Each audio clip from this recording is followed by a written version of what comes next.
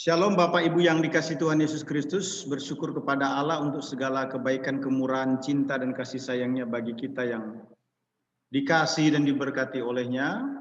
Kembali dalam webinar dengan big theme kita Kristologi 10 Dimensi. Secara khusus pada malam ini kita akan membahas tentang Kristus Sang Mempelai. Bersama dengan saya Pendeta Dr. Nas DTH. Kita menyelenggarakan ini dengan kerjasama STT IKAT Jakarta ya. Kita akan memulainya. Selamat datang dan selamat bergabung buat kita semua baik di dalam maupun di luar negeri, dari berbagai denominasi dan dari berbagai STT yang ada di Indonesia. Mari kita berdoa. Bapa yang baik, kami bersyukur untuk anugerah-Mu, Engkau ajaib, dahsyat, hebat, heran, dan luar biasa. Kami menyerahkan pelayanan pada malam ini ke dalam tangan-Mu. Mohon kebaikan, kemurahan, cinta, dan kasih sayang Tuhan turun atas kami. Roh Kudus yang hebat, mari bekerja beracara berkarya, dan kami percaya bersama dengan-Mu kami akan melakukan perkara yang besar. Kasih karunia-Mu nyata atas kami Tuhan, dan kami minta Engkau mengurapi hamba-Mu yang sangat sederhana ini, pakai menjadi alat bagi hormat kemuliaan nama-Mu.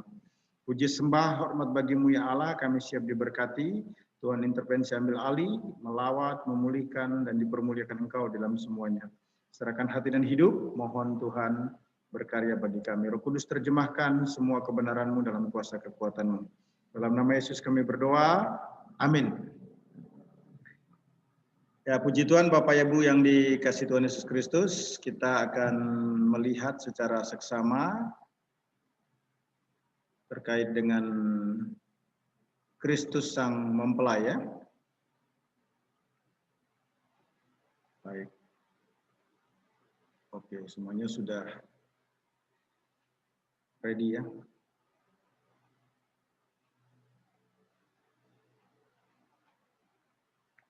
Kristus Sang Mempelai ini merupakan bagian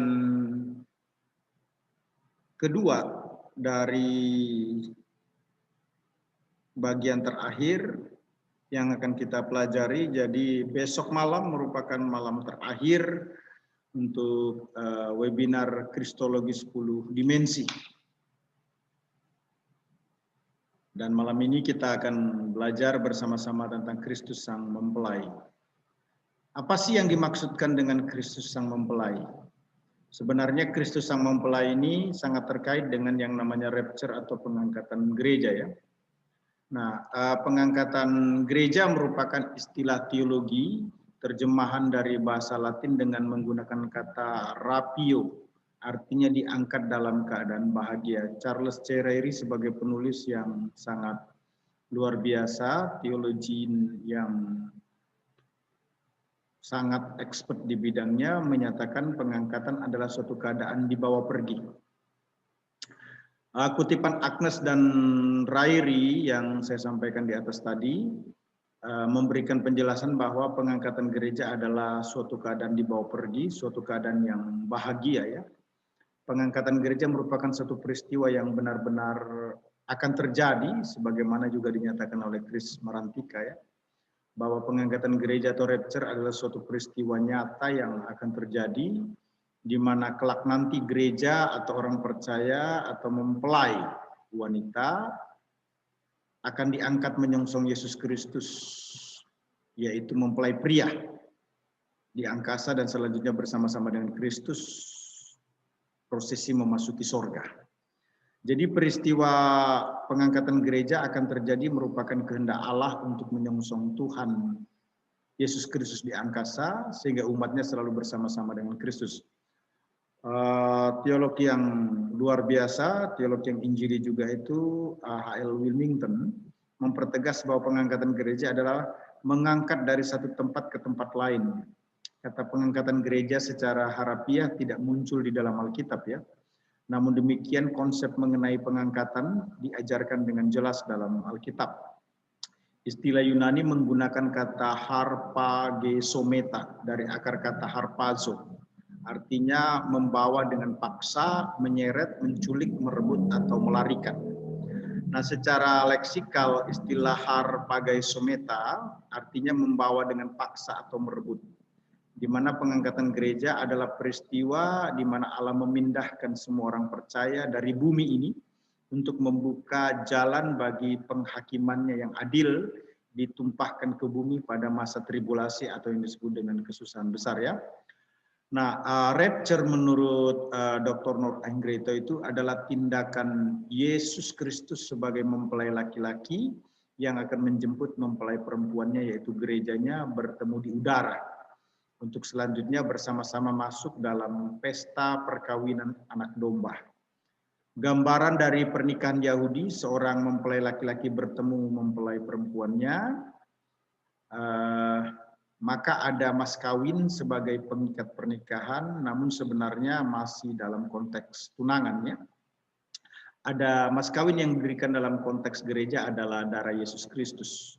Sehingga orang yang menerima pengorbanan darah Yesus Kristus, orang tersebut adalah tunangan Tuhan Yesus Kristus. Kemudian mempelai laki-laki pulang, suatu saat akan kembali untuk menjemput, kemudian dibawa ke pelaminan untuk melakukan pernikahan secara resmi. Dan terjadi pesta anak domba, suatu kebersamaan selama-lamanya sehingga sukacita atau damai sejahtera dapat dirasakan. Nah, jadi rapture itu menempatkan Yesus Kristus sebagai mempelai laki-laki dan kita sebagai gerejanya menjadi mempelai perempuan. Dibawa masuk dalam pernikahan, kemudian terjadi pesta pernikahan anak domba Allah dan gerejanya bersama Tuhan selama-lamanya. Tuhan Yesus datang di awan-awan untuk mengangkat gerejanya, baik yang sudah mati atau yang masih hidup. Semua dibawa masuk dalam kemuliaannya ya. Baik, kita lihat berbagai pandangan tentang rapture ya. Setidaknya ada 4 pandangan terkait dengan rapture ini. Keempat pandangan tersebut saya mau jelaskan satu persatu. Yang namanya pertama disebut pre-tribulation rapture view. Pre-tribulation rapture view ini adalah pandangan yang menganut bahwa pengangkatan gereja terjadi sebelum tribulasi, di mana baik orang-orang kudus yang sudah meninggal maupun yang masih hidup diangkat Tuhan, yang terjadi sebelum 7 tahun masa kesusahan, yaitu sebelum permulaan minggu ke-70 dari Daniel 9 ayat 24 sampai dengan 27 ya.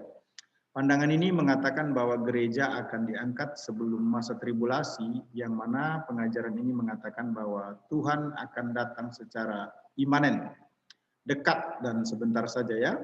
Setelah kedatangan Tuhan bagi jemaatnya, maka selanjutnya umatnya akan berdiri di hadapan Kristus di Bema, tahta pengadilan Kristus untuk menerima hadiah yang diberikan oleh Yesus Kristus. Nah, pendukung penganut pre-tribulation rapture view ini adalah John Nelson Darby, tahun 1800 sampai dengan 1882, memberikan dorongan awal yang terbesar untuk pensistematisasian pandangan pre-tribulasi. Hal ini dikarenakan gereja dipahami sebagai pekerjaan Allah yang khusus berbeda dari programnya bagi Israel. Hal tersebut dipadukan ke dalam pandangan premillennialism atau premillennium, membawa yang dirinya kepada pendapat bahwa gereja akan diangkat sebelum masa kesusahan pada saat Allah akan kembali memperlakukan Israel secara khusus. Teks Alkitab yang digunakan untuk mendukung pre-tribulation rapture view ini diambil dari Wahyu 3 ayat 10, 1 Tesalonika 5 ayat 11 sampai dengan 11 ya. Teks tersebut ditafsirkan bahwa orang percaya atau gereja dijamin dilindungi pada hari pencobaan yang terjadi di seluruh dunia, atau disebut dengan tribulasi di bumi yang kemudian disebut sebagai masa antikris selama 7 tahun. Kemudian mid-tribulation rapture view.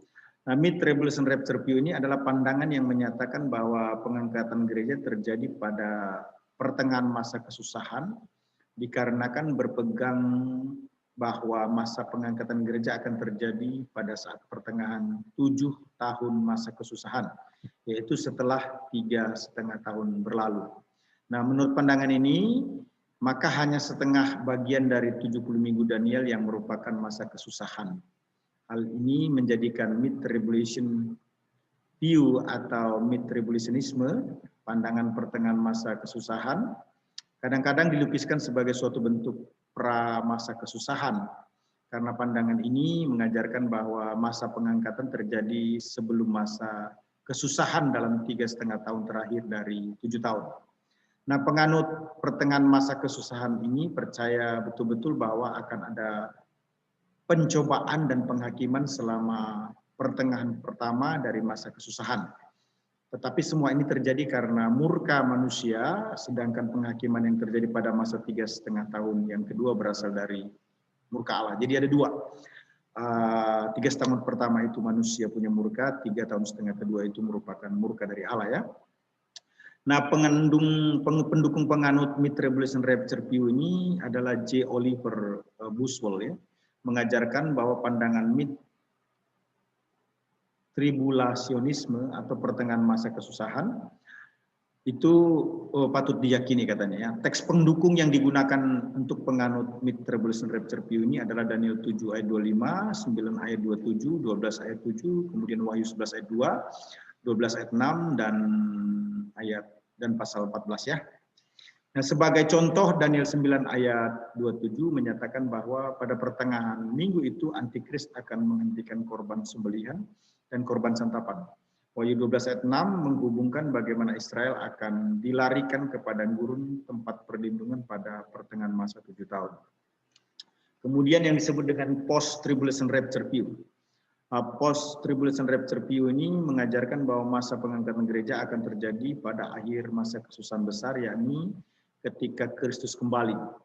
Gereja akan berada di atas bumi selama masa kesusahan untuk mengalami kejadian-kejadian pada periode itu ya. Dengan kata lain bahwa gereja akan ikut mengalami masa kesusahan besar yang sangat mengerikan itu, dan setelah masa tribulasi barulah gereja akan diangkat.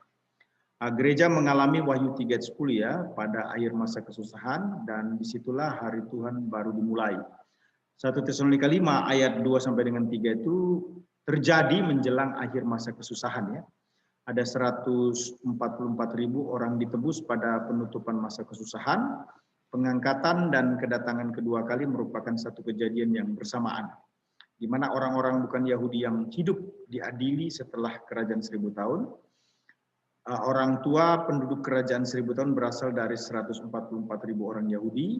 Orang-orang percaya dalam abad gereja diadili setelah kedatangan kedua kali atau pada akhir kerajaan 1000 tahun. Kemudian yang keempat itu disebut partial rapture view.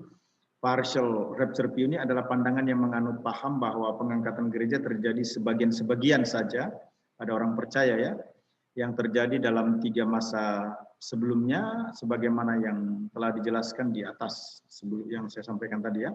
Pandangan ini mengatakan bahwa hanya orang-orang yang secara khusus memenuhi syarat akan diangkat, yakni orang-orang percaya yang memenuhi syarat saja. 4 pandangan yang menjelaskan mengenai waktu pengangkatan gereja, saya ulangi lagi, itu disebut pre-tribulation rapture view, mid-tribulation rapture view, post-tribulation rapture view, dan partial rapture view. Nah, pandangan pre-tribulation menyatakan bahwa pengangkatan gereja terjadi sebelum masa tribulasi atau 7 tahun kesusahan besar di bumi ya. Pandangan mid-tribulation rapture view menyatakan bahwa pengangkatan gereja terjadi setelah 3,5 tahun dari masa tribulasi. Jadi gereja mengalami sebagian dari masa kesusahan. Kemudian disebut juga post-tribulation rapture view. Pengangkatan gereja terjadi setelah masa tribulasi atau di akhir 7 tahun kesusahan besar ya, di mana gereja ikut dianiaya dalam masa tribulasi tersebut. Kemudian yang terakhir itu, ini eksekutif summary-nya semua ya. Partial rapture view artinya pandangan yang menganut paham bahwa pengangkatan gereja terjadi sebagian-sebagian saja pada orang percaya.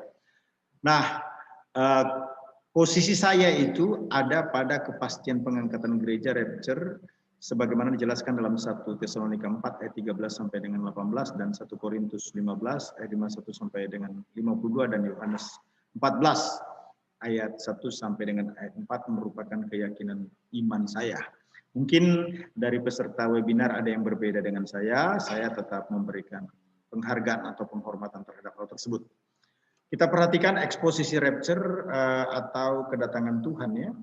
Kedatangan Tuhan atau pengangkatan gereja atau yang disebut dengan rapture itu dijelaskan dalam 1 Tesalonika 4 ayat 13 sampai 18, 1 Korintus 15 ayat 51 sampai dengan 52, Yohanes 14 ayat 1 sampai 4. Menghasilkan setidaknya itu ada 7 ciri ya. Nah, yang pertama itu waktu kedatangan Tuhan ditandai dengan seruan penghulu malaikat. 1 Tesalonika 4 ayat 13 sampai dengan ayat 16a berkata demikian ya. 1 Tesalonika 4 ayat 13 secara khusus menyatakan, selanjutnya kami tidak mau saudara-saudara bahwa kamu tidak mengetahui tentang mereka yang meninggal, supaya kamu jangan berduka cita seperti orang-orang lain yang tidak mempunyai pengharapan. Nah, Paulus begitu memberi perhatian terhadap setiap orang yang percaya yang telah meninggal dunia di dalam Tuhan, bahwa orang-orang tersebut tetap mendapat kemuliaan ketika Tuhan datang ya. Nah, itu sebabnya keluarga, kerabat ataupun sahabat yang masih hidup tidak perlu berduka cita dengan sangat sedih, sebab ada pengharapan untuk bertemu kembali. Jadi kemuliaan yang dimaksudkan adalah keadaan orang percaya yang telah meninggal dunia dalam kondisi tertidur ya. Sehingga ketika Kristus datang, orang tersebut akan dibangkitkan, suatu peristiwa yang sangat mulia terjadi. Nah, 1 Tesalonika 4 ayat 14 menyatakan, karena jikalau kita percaya bahwa Yesus telah mati dan telah bangkit, maka kita percaya juga bahwa mereka yang telah meninggal dalam Yesus akan dikumpulkan Allah bersama-sama dengan Dia. Kematian dan kebangkitan Yesus Kristus itu adalah inti Injil ya. Dengan demikian setiap orang mati setelah menerima Injil juga akan dibangkitkan. Kuasa Allah yang sama yang telah membangkitkan Kristus juga akan membangkitkan orang mati sebagai bukti bahwa Ia berkuasa memberikan kehidupan untuk selama-lamanya. 1 Tesalonika 4 ayat 15 menyatakan, ini kami katakan kepadamu dengan firman Tuhan, kita yang hidup, yang masih tinggal sampai kedatangan Tuhan, sekali-kali tidak akan mendahului mereka yang telah meninggal. Nah, Paulus melalui ayat 15 tersebut menunjukkan keterbatasannya atau ketidaktahuannya apakah sudah meninggal atau masih hidup ketika Yesus datang, atau yang disebut dengan rapture ya. Nah, kedatangan Kristus di angkasa bagi orang percaya yang masih hidup itu tidak bermakna lebih beruntung jika dibandingkan dengan orang-orang saleh yang lebih dahulu telah meninggal dunia. Sebab yang meninggal di dalam Tuhan akan mendapatkan perluan itu ini lebih dahulu dibangkitkan. 1 Tesalonika 4 ayat 16 bagian A menyatakan, sebab pada waktu tanda diberi, yaitu penghulu malaikat berseru, menunjukkan bahwa kronologi kedatangan Tuhan atau rapture itu diawali dengan adanya tanda seruan penghulu malaikat yang melaksanakan perintah Allah yang Maha Kuasa. Kemudian yang kedua, waktu kedatangan Tuhan ditandai dengan bunyi sangkakala Allah, 1 Tesalonika 4 ayat 16 bagian B ya. Kita cek 1 Tesalonika 4 ayat 16 bagian B itu menyatakan, dan sangkakala Allah berbunyi. Nah, sangkakala Allah ini berbunyi merupakan suatu petanda bahwa orang-orang salehnya akan dikumpulkan dari seluruh dunia dan Allah akan menampakkan dirinya terhadap umat kepunyaannya. Sangkakala Allah atau napiri Allah digunakan untuk memproklamirkan kemenangan atau kedatangan Yesus Kristus sebagai Raja di atas segala raja terkait dengan rapture ya. Kemudian yang ketiga itu bicara tentang waktu kedatangan Tuhan ditandai dengan Tuhan sendiri turun dari sorga. 1 Tesalonika 4 ayat 16 bagian C ya.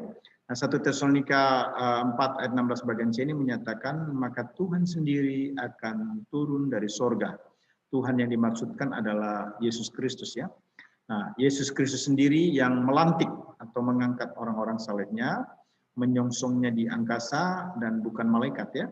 Suatu bentuk pelayanan yang sangat mulia dari Yesus terhadap orang percaya, sekaligus menunjukkan suatu peristiwa yang hanya bisa dilakukan oleh Allah yang Maha Kuasa. Kemudian yang keempat itu kedatangan Tuhan ditandai dengan orang percaya telah mati dalam Yesus Kristus itu dibangkitkan. 1 Tesalonika 4 ayat 16 bagian D ya. Firman Tuhan menyatakan demikian, dan mereka yang mati dalam Kristus akan lebih dahulu bangkit. Nah, kedatangannya itu ditandai dengan Ia lebih dahulu membangkitkan orang-orang saleh yang telah meninggal dunia. Hal ini menjadi penguat hati setiap umat Allah bahwa setiap orang percaya sekalipun telah meninggal dunia juga akan mengalami yang namanya rapture ya. Kemudian yang kelima itu kedatangan Tuhan ditandai dengan orang percaya yang masih hidup diubahkan. 1 Korintus 15 ayat 51 sampai dengan 52 ya. Firman Tuhan menyatakan demikian. Sesungguhnya aku menyatakan kepadamu suatu rahasia.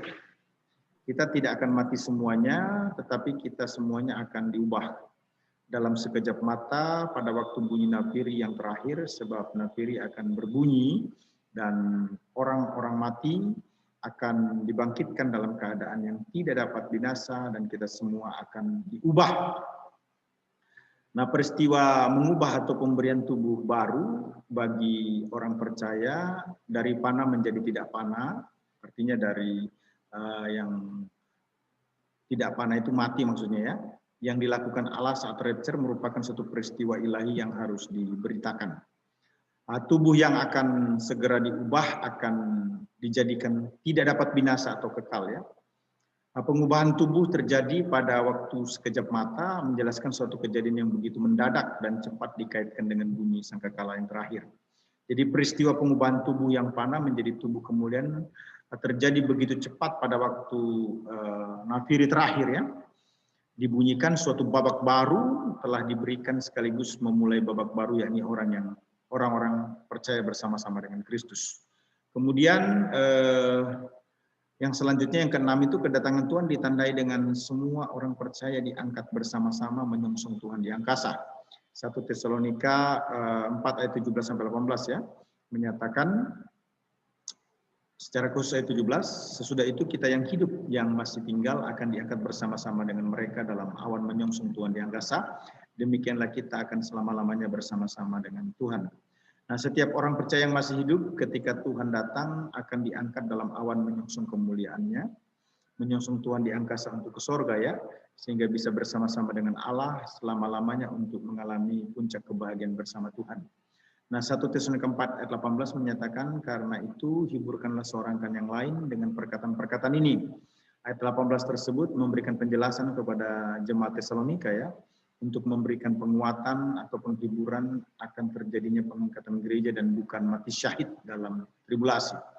Yang ketujuh, kedatangan Tuhan ditandai dengan semua orang percaya yang sudah diangkat dibawa ke sorga.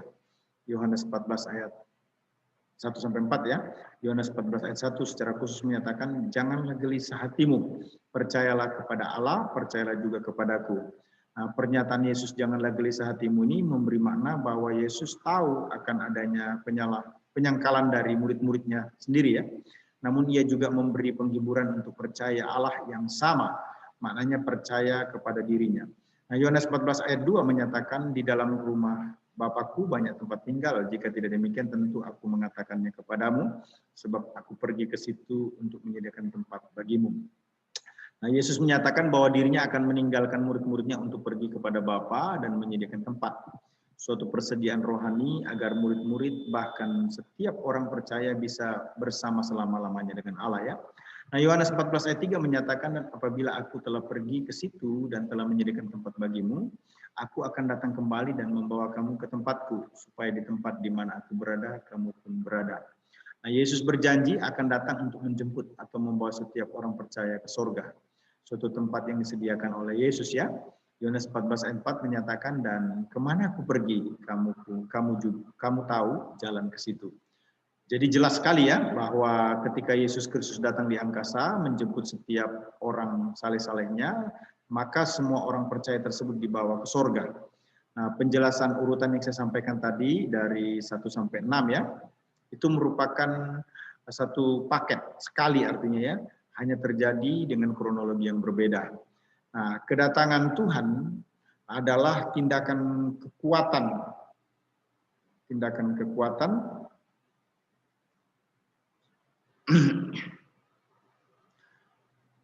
Allah untuk membawa pergi saleh-salehnya ya, atau gerejanya ya, dari bumi menyongsong Tuhan di angkasa untuk hidup selama-lamanya bersama-sama dengan Allah ya. Nah, kita perlu perhatikan kronologi kedatangan Tuhan itu dicirikan dengan 7 hal ya. Pertama, kedatangan Tuhan ditandai dengan seruan penghulu malaikat, kemudian kedatangan Tuhan ditandai dengan bunyi sangkakala Allah, kedatangan Tuhan ditandai dengan Tuhan sendiri turun dari sorga, kedatangan Tuhan ditandai dengan orang percaya yang telah mati dalam Yesus Kristus dibangkitkan. Yang kelima, kedatangan Tuhan ditandai dengan orang percaya yang masih hidup diubahkan. Yang keenam, kedatangan Tuhan ditandai dengan semua orang percaya diangkat bersama-sama menyongsong Tuhan di angkasa. Yang ketujuh, kedatangan Tuhan ditandai dengan semua orang percaya yang sudah diangkat di bawah surga. Baik, selanjutnya saya akan menjelaskan ready or not, Jesus is coming, ya. Siap atau tidak, Yesus datang. Wahyu 3 ayat 11 berkata, aku datang segera, ya. Peganglah apa yang ada padamu supaya tidak seorang pun mengambil mahkotamu. Sekali lagi, Wahyu 3 ayat 11 berkata, aku datang segera, peganglah apa yang ada padamu supaya tidak seorang pun mengambil mahkotamu.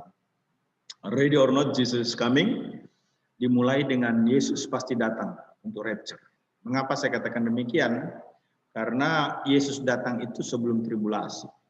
Wahyu 3 ayat 10 memberikan penguatan kepada kita, ya. Karena engkau menuruti firman-Ku untuk tekun menantikan aku, maka aku pun akan melindungi engkau dari hari pencobaan yang akan datang atas seluruh dunia untuk mencobai mereka yang diam di bumi. Kemudian diperkuat juga oleh 1 Tesalonika 4 ayat 15 sampai dengan ayat 17, ya. Ini kami katakan kepadamu dengan firman Tuhan, kita yang hidup yang masih tinggal sampai kedatangan Tuhan sekali-kali tidak akan mendahului mereka yang telah meninggal. Sebab pada waktu tanda diberi, yaitu pada waktu penghulu malaikat berseru dan sangkakala berbunyi, maka Tuhan sendiri akan turun dari sorga dan mereka yang mati dalam Kristus akan lebih dahulu bangkit. Sudah itu, kita yang hidup yang masih tinggal akan diangkat bersama-sama dengan mereka dalam awan menyongsong Tuhan di angkasa. Demikianlah kita akan selama-lamanya bersama-sama dengan Tuhan. Kemudian Yesus datang untuk memberi mahkota, ya, atau pahala di bema. Seperti apa yang dimaksudkan dengan mahkota atau pahala di bema itu? Yang pertama itu bagi yang mengalahkan manusia lama, ya. Bagi yang mengalahkan manusia lama itu akan diberi mahkota, sebagaimana dijelaskan dalam 1 Korintus 9 ayat 25. Tiap orang yang turut mengambil bagian dalam pertandingan menguasai dirinya dalam segala hal. Mereka berbuat demikian untuk memperoleh suatu mahkota yang fana, tetapi kita untuk memperoleh suatu mahkota yang abadi. Kemudian yang kedua itu mahkota bagi mereka yang memenangkan jiwa. Sebutlah penginjil dalam hal ini, ya. 1 Tesalonika 2 ayat 19 berkata, sebab siapakah pengharapan kami atau sukacita kami atau mahkota kemegahan kami di hadapan Yesus Tuhan kita pada waktu kedatangannya kalau bukan kamu. Yang ketiga itu mahkota bagi yang menantikan kedatangannya. 2 Timotius 4 ayat 8 menyatakan demikian, ya. Sekarang telah tersedia bagiku mahkota kebenaran yang akan dikaruniakan kepadaku oleh Tuhan. Hakim yang adil pada harinya, tetapi bukan hanya kepadaku, melainkan juga kepada semua orang yang merindukan kedatangannya. Kemudian mahkota itu juga diberikan bagi mereka yang bertahan dalam penderitaannya. Sebagaimana dijelaskan dalam Yakobus 1 ayat 12, berbahagialah orang yang bertahan dalam pencobaan. Sebab apabila ia sudah tahan uji, ia akan menerima mahkota kehidupan yang dijanjikan Allah kepada barang siapa yang mengasihi Dia. Selanjutnya mahkota bagi para gembala jemaat, ya, 1 Petrus 5 ayat 4, maka kamu apabila gembala agung datang, kamu akan menerima mahkota kemuliaan yang tidak dapat layu. Nah, Yesus datang itu memberi mahkota atau pahala di bema itu ada 5, ya. Bagi yang mengalahkan manusia lama disebut mahkota abadi, bagi yang memenangkan jiwa mendapatkan mahkota kemegahan, bagi yang menantikan kedatangan Tuhan dapat mahkota kebenaran, bagi yang bertahan dalam penderitaan mendapatkan mahkota kehidupan, bagi gembala jemaat itu mendapatkan apa yang namanya mahkota kemuliaan. Ya. Selanjutnya kita perhatikan Yesus tidak hanya datang sebelum tribulasi, Yesus datang untuk memberikan mahkota atau pahala di bema setelah pengangkatan. Yesus juga datang sebagai tanda dimulainya tribulasi, ya. Karena perjanjian lama menyebut sebagai masa kesusahan Yakub itu sama dengan masa tribulasi. Perjanjian Lama juga menyebut sebagai kesusahan besar itu suatu siksaan yang dahsyat. Nah, Matius 24 ayat 21 menjelaskan sebab pada masa itu akan terjadi siksaan yang dahsyat, seperti yang belum pernah terjadi sejak awal dunia sampai sekarang dan yang tidak akan terjadi lagi. Nah, tribulasi itu dicirikan dengan dua hal ya. Yang pertama, peristiwa dialami oleh seluruh dunia, worldwide, atau universal dan bukan bersifat lokal atau localized. Wahyu 3 ayat 10. Kemudian yang kedua itu manusia bertindak seperti benar-benar kiamat.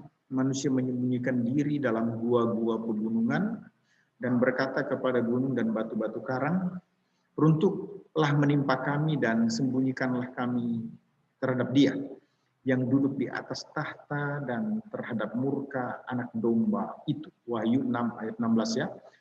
Masa tribulasi manusia menghendaki kematian daripada kehidupan. Karena bayangan masa depan sangat tidak menarik ya. Sangat mengerikan. Itu sebabnya tribulasi bukan menjadi sesuatu yang diharapkan atau dipersiapkan. Karena kita meyakini bahwa gereja Tuhan diangkat. Kemudian yang kedua, ready or not Jesus is coming, Yesus hanya bersama orang salehnya ketika rapture. Jadi orang yang tidak saleh tidak terangkat. Nah, setiap orang yang saleh itu seperti apa sebenarnya? Ada tiga. Pertama, setiap orang yang lahir baru. 2 Korintus 5:17 berkata, jadi siapa yang ada dalam Kristus, ia adalah ciptaan yang baru. Nah, hal-hal yang lama itu sudah berlalu, lihatlah hal-hal yang baru sudah datang. Gembala, penginjil, aktivis gereja, orang Kristen itu harus lahir baru tanpa terkecuali. Nah, setiap orang harus setia sampai mati. Itu yang disebut dengan salehnya. Wahyu 2 ayat 10 bagian B, hendaklah engkau setia sampai mati dan aku akan mengaruniakan kepadamu mahkota kehidupan. Kemudian selanjutnya, setiap orang tidak saleh itu tidak mengalami rapture ya. Filipi 2 ayat 12 berkata, hai saudara-saudaraku yang kekasih, kamu senantiasa taat, karena itu tetaplah kerjakan keselamatanmu dengan takut dan gentar. Bukan saja seperti waktu aku masih hadir, tetapi terlebih pula sekarang waktu aku tidak hadir. Kemudian kita juga perlu melihat bahwa ready or not Jesus is coming itu bukan hanya terkait Yesus pasti datang untuk rapture. Kemudian Yesus hanya bersama orang salehnya ketika rapture, tetapi juga yang tidak kalah penting adalah bagian yang ketiga yang perlu menjadi perhatian kita. Terkait dengan rapture itu adalah Yesus harus dilayani dengan benar sebelum rapture. Mengapa ini menjadi penting? Karena ini menjadi kehendak Tuhan bahwa setiap orang saleh harus melayani sesuai dengan hukum, sesuai dengan peraturan atau kriteria Allah yang disebut dengan 3M. Motivasi, mutu, atau metode. Nah, motivasi ini akan terlihat baik atau jahat.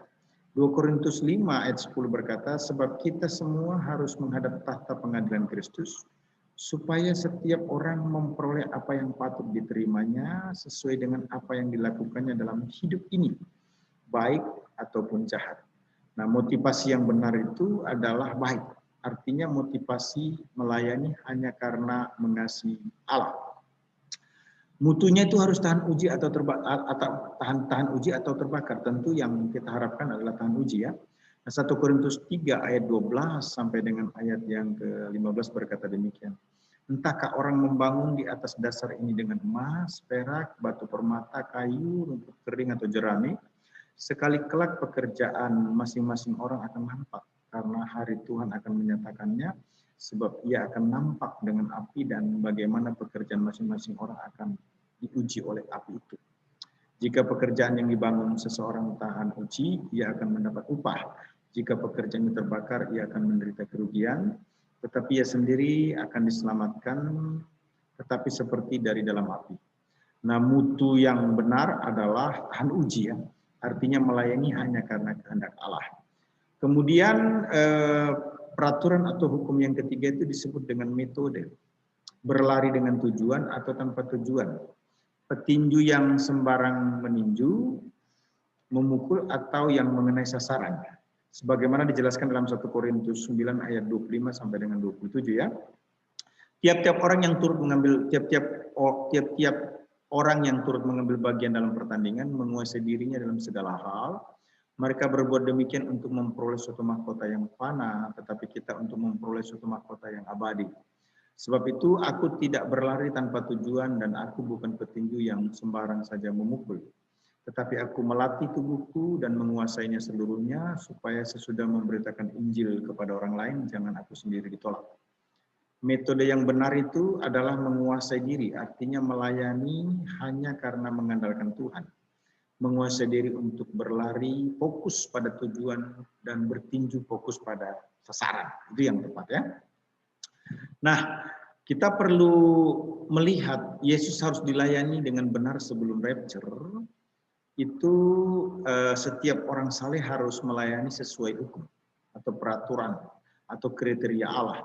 Kemudian bukan hanya itu, tetapi juga setiap orang percaya yang saleh itu harus memenangkan jiwa.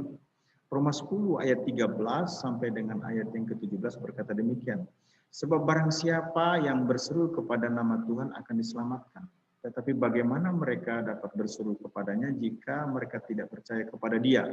Bagaimana mereka dapat percaya kepada Dia jika mereka tidak mendengarkan tentang Dia? Bagaimana mereka mendengarkan tentang Dia jika tidak ada yang memberitakannya? Dan bagaimana mereka dapat memberitakannya jika mereka tidak diutus? Seperti ada tertulis, betapa indahnya kedatangan mereka yang membawa kabar baik. Tetapi tidak semua orang yang menerima kabar baik itu. Yesaya sendiri berkata, Tuhan siapakah yang percaya kepada pemberitaan kami? Jadi iman timbul dari pendengaran dan pendengaran oleh firman Kristus.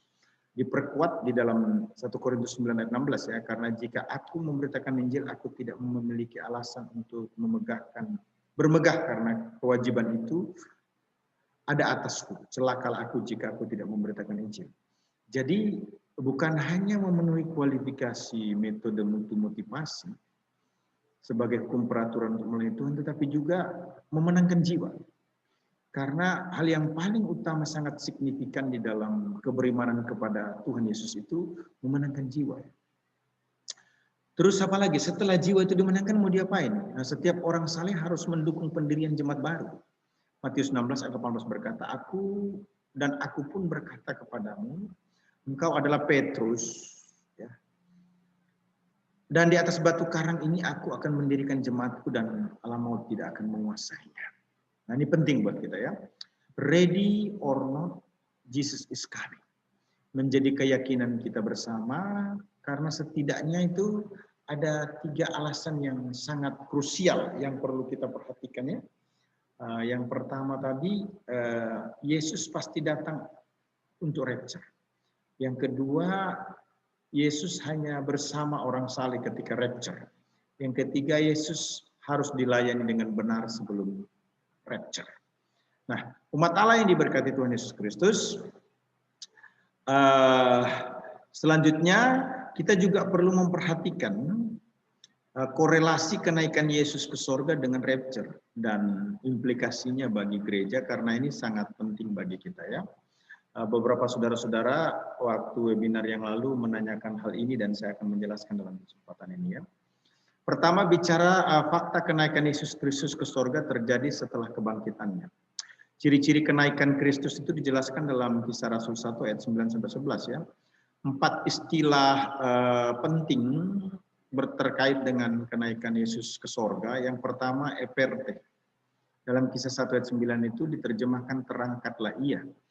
Menyatakan layar lebar yang akan dipasang untuk memulai perjalanan. Bentuk pasif dari kata kerjanya berarti menyatakan bahwa Allah Bapalah yang melakukan pekerjaan pengangkatan itu. Nah, kemudian istilah yang kedua itu hupelaben dalam Kisah Rasul 1 ayat 9 ya.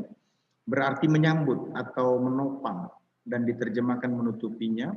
Awan dalam perjanjian lama melambangkan kemuliaan dan kehadiran Allah. Ini sekaligus menyatakan kepada kita bahwa kenaikan Yesus disambut oleh hadirat dan kemuliaan Bapa, yaitu Allah sendiri. Nah, keadaan ini sama dengan pengalamannya waktu Yesus dipermuliakan di atas gunung ya. Sekaligus peristiwa ini menyatakan pengembalian Yesus ke dalam kemuliaan pra-inkarnasinya atau sebelum Yesus menjadi manusia. Nah, istilah hupelaben ini juga digunakan sehubungan dengan kedatangannya kedua kali dalam Matius 24 ayat 30 ya. Yang ketiga itu istilah poreuomeno dalam Kisah Rasul 1 ayat 10 ya. Artinya naik. Arti literal atau normal ini menunjuk seseorang yang melakukan perjalanan naik. Nah, tentunya ini merupakan gambaran bahwa Yesus meninggalkan dunia dan melakukan perjalanan naik ke sorga. Jadi ada perpindahan tempat yang sungguh-sungguh dan bukan pergantian keberadaan. Juga bukan pelenyapan diri ya. Kemudian istilah yang keempat itu analemteis ya. Dalam Kisah Rasul 1 ayat 11 artinya disambut atau diterima di atas. Ini tentunya merupakan klimaks proses perjalanan kenaikannya ya ke sorga ya. Nah, pemakaian kata terangkatlah dalam Alkitab bahasa Indonesia kurang cocok atau kurang tepat untuk menggambarkan peristiwa ini ya. Nah, sebab hal ini tidak menjelaskan atau menunjuk proses kenaikannya, melainkan menyatakan titik puncak dari proses itu, yakni ia telah tiba di tujuan akhirnya, yaitu sorga. Ibrani 4 ayat 4 ya, 1 Petrus 3 ayat 22. Nah, sifat kenaikan Yesus ke sorga itu dijelaskan perlahan-lahan atau berangsur-angsur ya. Kemudian kelihatan dengan mata manusia secara jasmani yang normal dan disambut oleh awan-awan. Kemudian kita perhatikan juga ada yang namanya makna kenaikan Kristus. Apa sih makna kenaikan Kristus? Kenaikan Kristus itu merupakan akhir dari periode keterbatasan selama di bumi ya.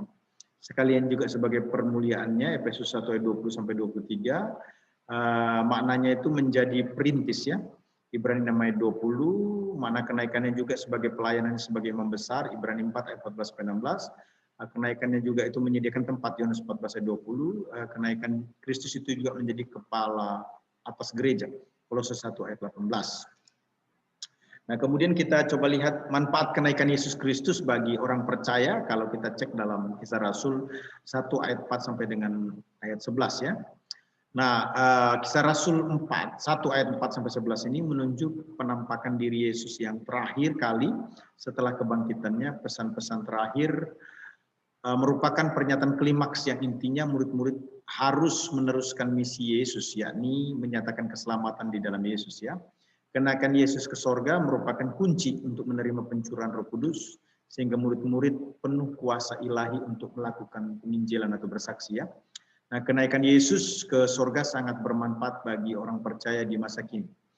Apa manfaatnya? Yang pertama itu memurnikan motivasi. Kisah Rasul 1 ayat 4 sampai dengan 8b ya.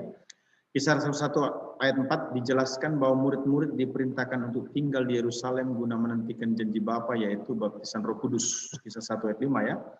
Nah, pada Kisah 1 ayat 6 dinyatakan murid-murid berpikir bahwa Yesus akan membebaskan bangsa Israel dari penjajahan Roma dan mendirikan kerajaan bagi Israel di Yerusalem. Kisah 1 ayat 7, Yesus tidak menjawab pertanyaan mereka. Hal ini menunjukkan bahwa kerajaan Allah tidak bersifat duniawi atau politik ya, tetapi rohani, yaitu kemerdekaan bagi bangsa Israel yang telah ditentukan Bapa yang kemudian diakui secara internasional. Israel merdeka tahun 1948. Bagi Yesus yang menjadi kebutuhan utama mereka atau murid-murid dan orang percaya lainnya itu ialah pencurahan Roh Kudus yang disebut juga sebagai kerajaan Allah ya, bukan memperoleh kedudukan dalam kerajaan dunia atau politik. Nah, itu sebabnya Yesus memurnikan motivasi murid-murid, yakni dari keinginan memerintah dalam kerajaan dunia itu politik menjadi taat pada perintah untuk tinggal di Yerusalem, menanti pencurahan Roh Kudus guna melengkapi mereka bagi kepentingan kerajaan Allah. Nah, bagi Yesus, kuasa yang sejati bukanlah dibuktikan dengan memerintah ya, secara politik atau duniawi, tetapi dalam ketaatan kepada Allah. Hal ini hanya dapat terjadi jika Roh Kudus turun atas seseorang. Melalui kenaikan Yesus ke sorga, kita diajar seperti murid-murid untuk memurnikan motivasi dari egosentris ke kristosentris. Nah, kebangkitan Yesus semestinya menyadarkan untuk semakin taat atau tunduk dalam kuasa kendali Roh Kudus.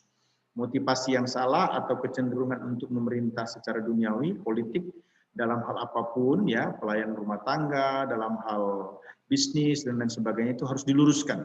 Sebab Allah ingin kita menyatakan ketaatan, motivasi yang murni itu terlihat jelas ketika kita melakukan segala sesuatu dalam ketaatan. Ketaatan adalah ukuran mutlak untuk sebuah motivasi, ya. Yang kedua manfaatnya itu memberi tanggung jawab. Kisah Rasul 1 ayat 8 bagian C, ya. Menyatakan demikian, dan kamu akan menjadi saksiku, menunjukkan adanya tanggung jawab bagi murid-murid untuk bersaksi.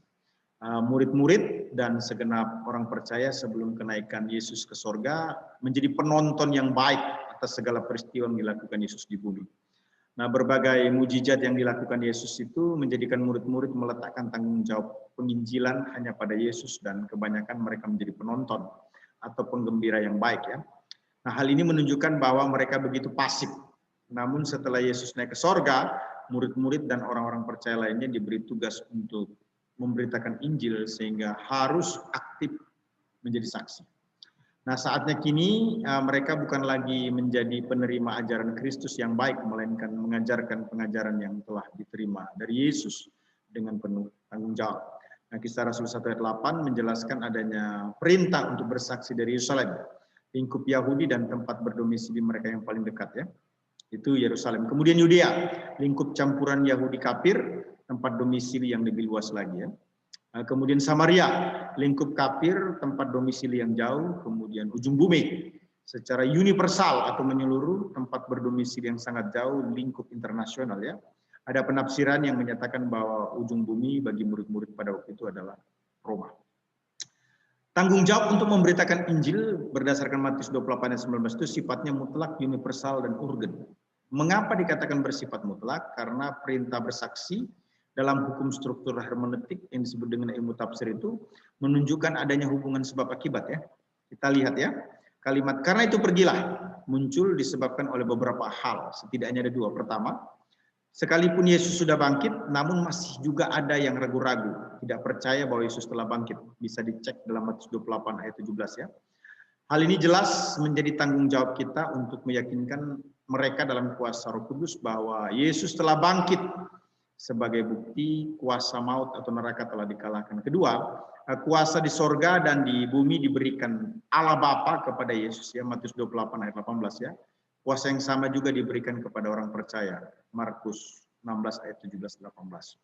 Kemudian dikatakan bersifat universal karena jangkauan pengabaran Injil adalah semua bangsa.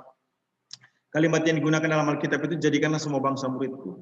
Nah, tanggung jawab tersebut ini tidak dapat dilakukan hanya oleh mereka yang mendapat predikat guru Injil, penginjil, dosen teologi, PDP, PDM, PDT, dan aktivis gereja, ya. Melainkan juga menjadi tanggung jawab bagi setiap anggota tubuh Kristus, yakni setiap orang percaya, termasuk jemaat, ya. Nah, amanat agung harus dilakukan secara bersama-sama dalam suatu koordinasi yang baik. Nah, bersifat urgen kenapa? Karena ini penting dan mendesak. Firman Allah menyatakan, "Baptislah mereka." Ya. Baptisan tidak pernah dilakukan bagi mereka yang belum terima Yesus secara pribadi, sekalipun berKTP Kristen.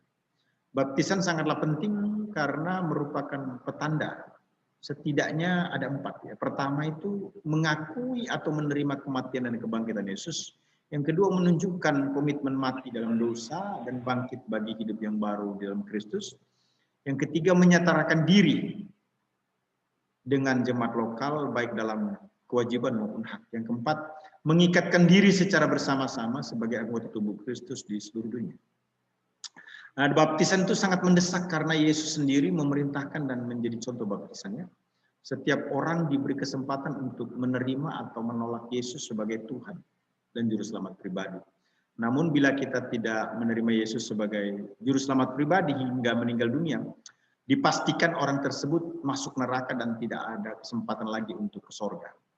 Nah, baptisan menjadi bukti fisik yang konkret bahwa seseorang telah menerima Yesus secara pribadi.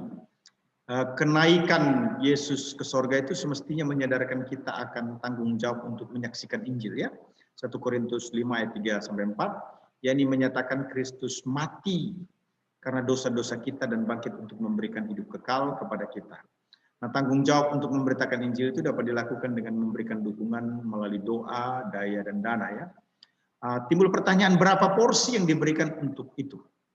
Berdoalah dan mulailah memberikan dukungan yang lebih banyak lagi sebagai bukti kita melakukan tanggung jawab pekabaran Injil.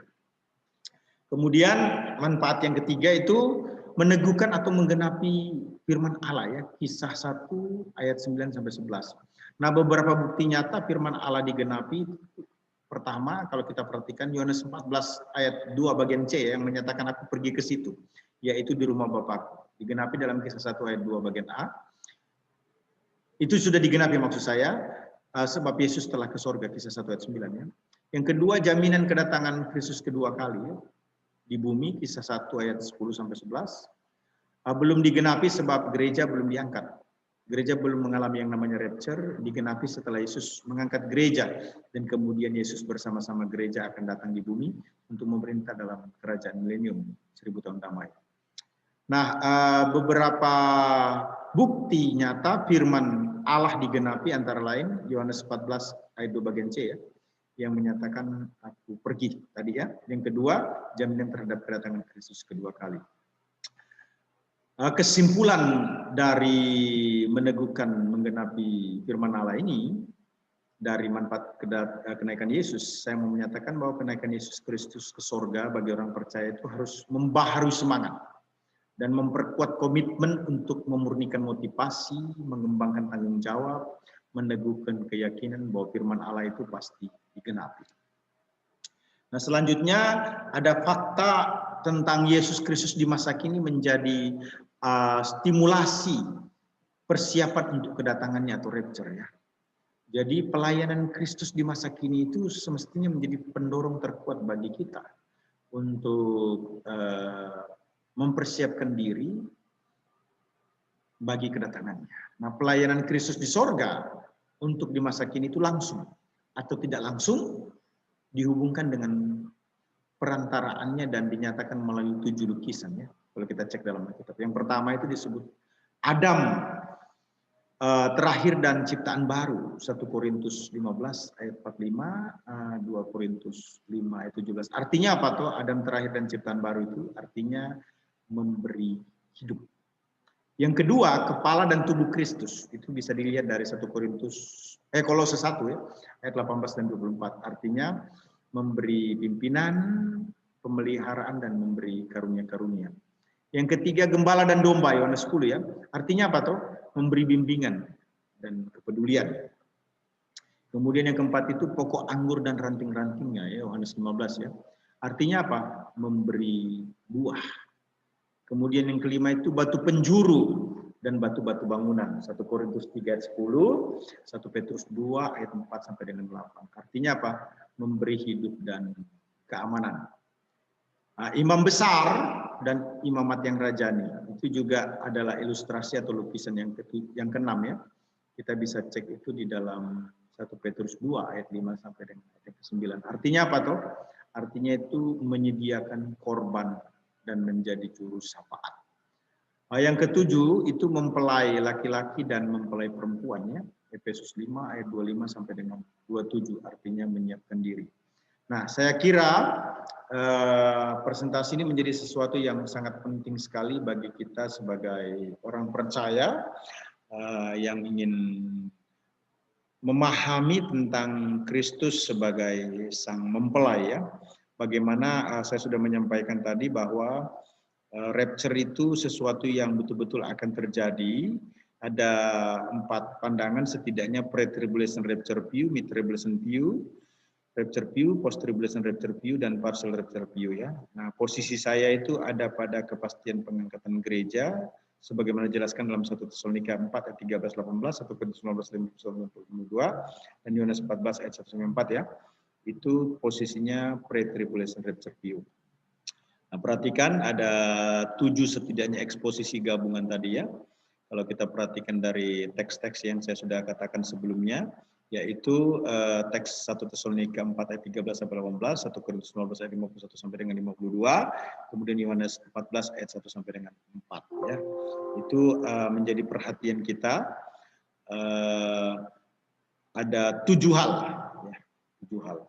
Kedatangan Tuhan ditandai dengan seruan pengurus malaikat, kedatangan Tuhan ditandai dengan bunyi sangkakala, kedatangan Tuhan ditandai dengan Tuhan sendiri dari sorga, kedatangan Tuhan ditandai dengan orang percaya yang telah mati dalam Yesus dibangkitkan, kedatangan Tuhan ditandai dengan orang percaya yang masih hidup diubahkan, kedatangan Tuhan ditandai dengan semua orang percaya diangkat bersama-sama menyongsong Tuhan di angkasa ya. Kemudian yang terakhir adalah kedatangan Tuhan ditandai dengan semua orang percaya yang sudah diangkat dibawa ke sorga. Already or not, Jesus is coming. Yesus pasti datang untuk rapture ya. Kemudian Yesus hanya bersama orang-orang saleh ketika rapture. Kemudian Yesus harus dilayani dengan benar sebelum masa rapture atau sebelum peristiwa pengangkatan itu terjadi. Nah, kemudian bagian akhir saya menjelaskan tentang korelasi kenaikan Yesus ke sorga dengan rapture dan implementasinya bagi orang percaya. Dijelaskan ada fakta kenaikan Yesus ke sorga ya, yang terjadi sebelum kebangkitannya. Kemudian juga saya jelaskan tentang fakta pelayanan Yesus Kristus di masa kini menjadi stimulasi persiapan untuk kedatangannya. Sebagai implikasi kuat daripada kenaikan Yesus itu, setidaknya memurnikan motivasi kita ya untuk taat, memberi tanggung jawab untuk kita melaksanakan Great Commission ataupun juga Malatagung, meneguhkan menggenapi firman bahwa tidak ada yang tidak digenapi oleh Kristus. Ya, terima kasih. Saya kira presentasi saya cukup sekian. Selanjutnya saya serahkan kepada the best host kita yang akan memandu kita untuk tanya jawab ataupun ada saudara-saudara yang akan memberikan penguatan untuk kita pada malam ini. Silakan. Ya, terima kasih Dr. Hanas untuk penyampaian materinya. Saat ini kita akan mulai sesi tanya jawab. Akan saya langsung bacakan pertanyaan pertama yang ada di kolom chat. Dari Bapak Pendeta Ali Matius. Alkitab menjelaskan, 1, kita hamba dan dia Tuhan. 2, kita sahabat Allah. 3, kita adalah mempelai. 4, kita anak dan dia Bapa kita. Apa implikasi teologis terhadap status kita? Dan bagaimana kita memanggil dia, Tuhan, sahabat, atau mempelai? Dalam kurung pasangan, apa yang perlu kita lakukan sebagai konsekuensi dari mempelai Kristus? Iya, kalau kita bicara tentang kita hamba dia Tuhan, itu menunjukkan dedikasi pengabdian. Kalau kita sahabat Allah itu menunjukkan kedekatan, keakraban, ya, yang tidak ada yang bersifat rahasia. Bicara tentang mempelai, maka kita harus mempercantik diri dalam artian menguduskan kehidupan hingga Yesus datang menjemput kita sebagai salehnya, dia mempelai laki-laki dan kita mempelai perempuan. Anak dengan bapa menunjukkan satu hubungan yang begitu dekat, begitu akrab, di mana kita mewarisi ataupun memiliki hak kita bukan hanya di sorga sebagai warga kerajaan di mana dia adalah bapa, tapi juga perjanjiannya untuk hidup sehat, diberkati, penuh damai, sukacita, dan dipakai Allah bagi kemuliaannya di bumi. Terima kasih. Ya, terima kasih Dr. Anas untuk pencerahannya. Pertanyaan selanjutnya dari Bapak Soneta Sihaan. Shalom Dr. Hanas, tadi dikatakan bahwa ketika Yesus datang di angkasa untuk menjemput gerejanya, orang-orang mati dibangkitkan. 1 Tesalonika 4 ayat 16 terjemahan baru. Sebab pada waktu tanda diberi, yaitu pada waktu penghulu malaikat berseru dan sangkakala Allah berbunyi, maka Tuhan sendiri akan turun dari sorga dan mereka yang mati dalam Kristus akan lebih dahulu bangkit. Dan dibandingkan dengan Wahyu 14 ayat 13 terjemahan baru, dan aku mendengar suara dari sorga berkata, tuliskan, berbahagialah orang-orang yang mati dalam Tuhan sejak sekarang ini. Sungguh, kata Roh, supaya mereka boleh beristirahat dari jelalah jeri lelah mereka, karena segala perbuatan mereka menyertai mereka. Pertanyaannya, orang mati dalam kurung percaya itu berada di mana? Beristirahat yang dimaksud itu bagaimana, Pak? Kedua, sebagai mempelai, wanita dalam kurung gerejanya harus siap menyambut Yesus sang mempelai pada rapture nanti. Cukupkah dengan berjaga-jaga dan berdoa saja untuk peristiwa tersebut? Atau harus setia hingga akhir? Mohon pencerahannya. Terima kasih. Iya, panjang sekali ya. Di kolom chat saya lagi cari-cari nih, brother. Ini sepertinya direct message, Dr. Hanas. Oh, direct message ya? Iya. Iya, saya lagi cari-cari ini kok. Nggak ketemu. Sebentar saya copy. Iya, coba. Bisa nggak? Sebentar. Supaya langsung ke kolom ya. Supaya saya bisa lihat secara keseluruhan sehingga saya bisa menjawabnya dengan baik ya. Baik. Sudah, Dr. Hanas. Sudah ya? Ya. Pertanyaannya itu mulai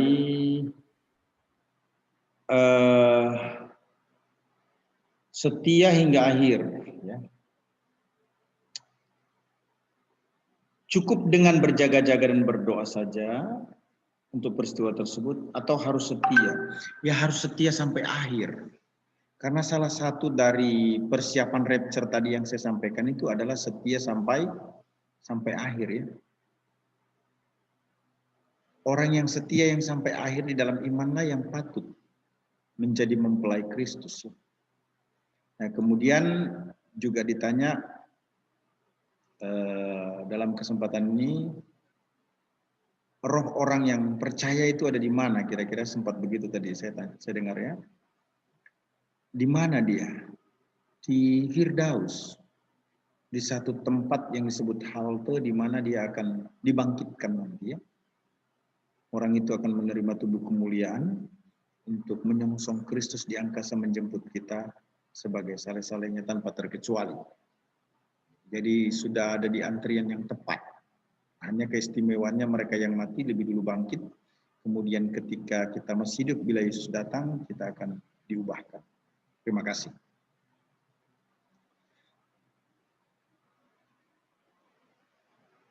Silakan bergabung. Ya, terima kasih Dr. Nas pencerahannya. Pertanyaan selanjutnya di kolom chat dari Bapak Mayor Agusno. Shalom Dr. Hanas. Tuhan Yesus akan datang yang kedua kali atau hari kiamat pasti akan terjadi. Dalam 1 Tesalonika 1 ayat 10 akan terjadi murka Allah dan aniaya besar. Yang menjadi pertanyaan, apakah aniaya dan murka Allah sama pengertiannya? Mohon pencerahannya. Terima kasih Dr. Anas. Iya, sebaiknya memang langsung dibaca. Ayatnya bisa dibacakan dulu, Brother John, 1 Tesalonika 1 ayat 10, semua bisa dengar. Oke.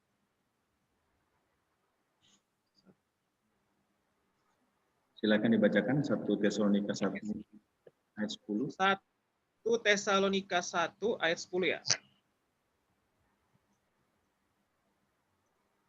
Dan untuk menantikan kedatangan anaknya dari sorga, yang telah dibangkitkannya dari antara orang mati, yaitu Yesus yang menyelamatkan kita dari murka yang akan datang. Iya. Sebenarnya kan saya sudah ngomong, yang disebut kiamat itu kapan toh? Yang disebut kiamat itu ya orang saleh diangkat ke sorga, tribulasi terjadi. Itulah hari kiamat yang bisa disebut sebagai hari Tuhan atau yang disebut dengan aniaya besar. Jadi aniaya dan murka Allah itu sama enggak? Iya sama. Karena aniaya itu terjadi dalam masa tribulasi di mana iblis setan diberikan kebebasan seluas-luasnya untuk berekspresi. Sering disebut tribulasi itu adalah masa the last time ataupun juga masa maraton bagi iblis setan dengan segala pengaruhnya untuk berkuasa, karena dia yang akan memerintah pada waktu itu. Bisa disebut sebagai aniaya besar, bisa disebut murka Allah, bisa disebut, ada juga yang berkata itulah yang disebut dengan kiamat. Terima kasih. Ya, terima kasih Dr. Anas untuk pencerahannya. Bagi Bapak, Ibu, Saudara-saudari sekalian yang ingin bertanya langsung dengan Dr. Hanas secara lisan, saya akan beri kesempatan untuk pertama bagi Bapak, Ibu, Saudara-saudari sekalian yang belum pernah bertanya ataupun yang jarang bertanya. Saya persilahkan waktu dan tempatnya. Edwin. Mari Pak Pendeta Edwin, silakan Pak Pendeta Edwin. Iya, bicara mengenai pengangkatan atau kedatangan Yesus itu kan ada satu ayat, saya lupa di mana ya, saya tanya ini spontan soalnya tidak sempat buka, bahwa sebagaimana dia terangkat ke surga, kira-kira demikian firman itu, demikian juga dia akan datang untuk kedua kali dengan cara seperti itu, begitu. Ada ayatnya kira-kira ya Pak Anas ya. Jadi bagaimana dia terangkat, demikian juga dia akan datang gitu ya. Kan begitu ya. Ada ayatnya ya. Ada. Nah, ada. Kalau pertanyaan saya adalah, nah kalau dia waktu itu terangkat, itu kan ada di Israel ya. Waktu dia pergi terangkat ke surga kan di Israel lah, di mana tempatnya pasnya. Saya juga masih bodoh lah gitu ya, masih belajar banyak saya. Yang jelas dia di Israel. Nah kemudian kalau dikatakan bahwa dia akan datang sebagaimana dia naik, nah itu kan ada di Israel. Ya, bagaimana kita bisa tahu kita ada di Indonesia, sedangkan kita berada di belahan bumi yang lain. Jadi kita nggak bisa lihat sebagaimana dia naik, demikian juga dia. Jadi kalau datang kita nggak bisa lihat di Indonesia karena ada di bumi lain, di belahan bumi lain. Itu gimana ya kita bisa menjelaskan itu? Bagus sekali pertanyaan yang sangat menyenangkan dan memberkati kita semua ya. Jadi yang dimaksudkan itu bukan rapture, tapi itu kedatangan Kristus di bumi. Bersama dengan para salehnya. Semua mata memandang dan melihat. Bukan gereja yang memandang dan melihat. Tetapi orang-orang yang tertinggal di bumi, yang lolos tribulasi, di the last tribulation itu, yang akan masuk dalam kerajaan 1000 tahun, menjadi rakyat jelata yang akan diperintah oleh kita. Dan memang itu terjadi di Israel. Di Bukit Zaitun, Yesus akan menjejakkan kakinya bersama dengan para salehnya. Permasalahan tentang mata semua melihat, bisa, kenapa tidak bisa? Karena pada waktu itu Kristus menjadi maharajanya yang memberi otoritas, wibawa, kekuatan kepada semua orang yang percaya yang tertinggal di bumi untuk dalam masuk dalam satu peristiwa yang disebut dengan milenium atau kerajaan 1000 tahun yang akan kita pelajari pada besok malam. Jadi itu sesuatu yang real yang akan terjadi, tetapi itu bukan bermakna gereja yang akan mengalami karena gereja sudah diangkat. Justru gereja datang bersama dengan Kristus. Jadi ketika Yesus berkata seperti aku pergi terangkat, kamu lihat dengan mata, nanti juga kamu akan lihat dengan mata. Itu kan dia berbicara kepada orang Israel kan. Nah yang akan lihat nanti Yesus datang dengan mata itu siapa? Bukan gereja, body Christ atau church, tetapi Israel. Yang akan bertobat, dapat dikatakan satu generasi yang luar biasa, manusia seperti lautan banyaknya, di mana itu tidak bisa dihitung lagi karena dalam peristiwa 7 tahun itu saya punya pemahaman akan terjadi pertobatan yang mungkin saja jumlahnya terbanyak dibanding selama dunia ini pernah ada. Mengapa? Karena pada masa itu luar biasa sekali. Ada 3 yang bersaksi, 3 babak. pertama malaikat, kedua yang mengalami mujizat pengawetan yaitu Musa dan Elia, sebutlah begitu ya. Dipastikannya salah satunya adalah Elia ya. Kemudian 144.000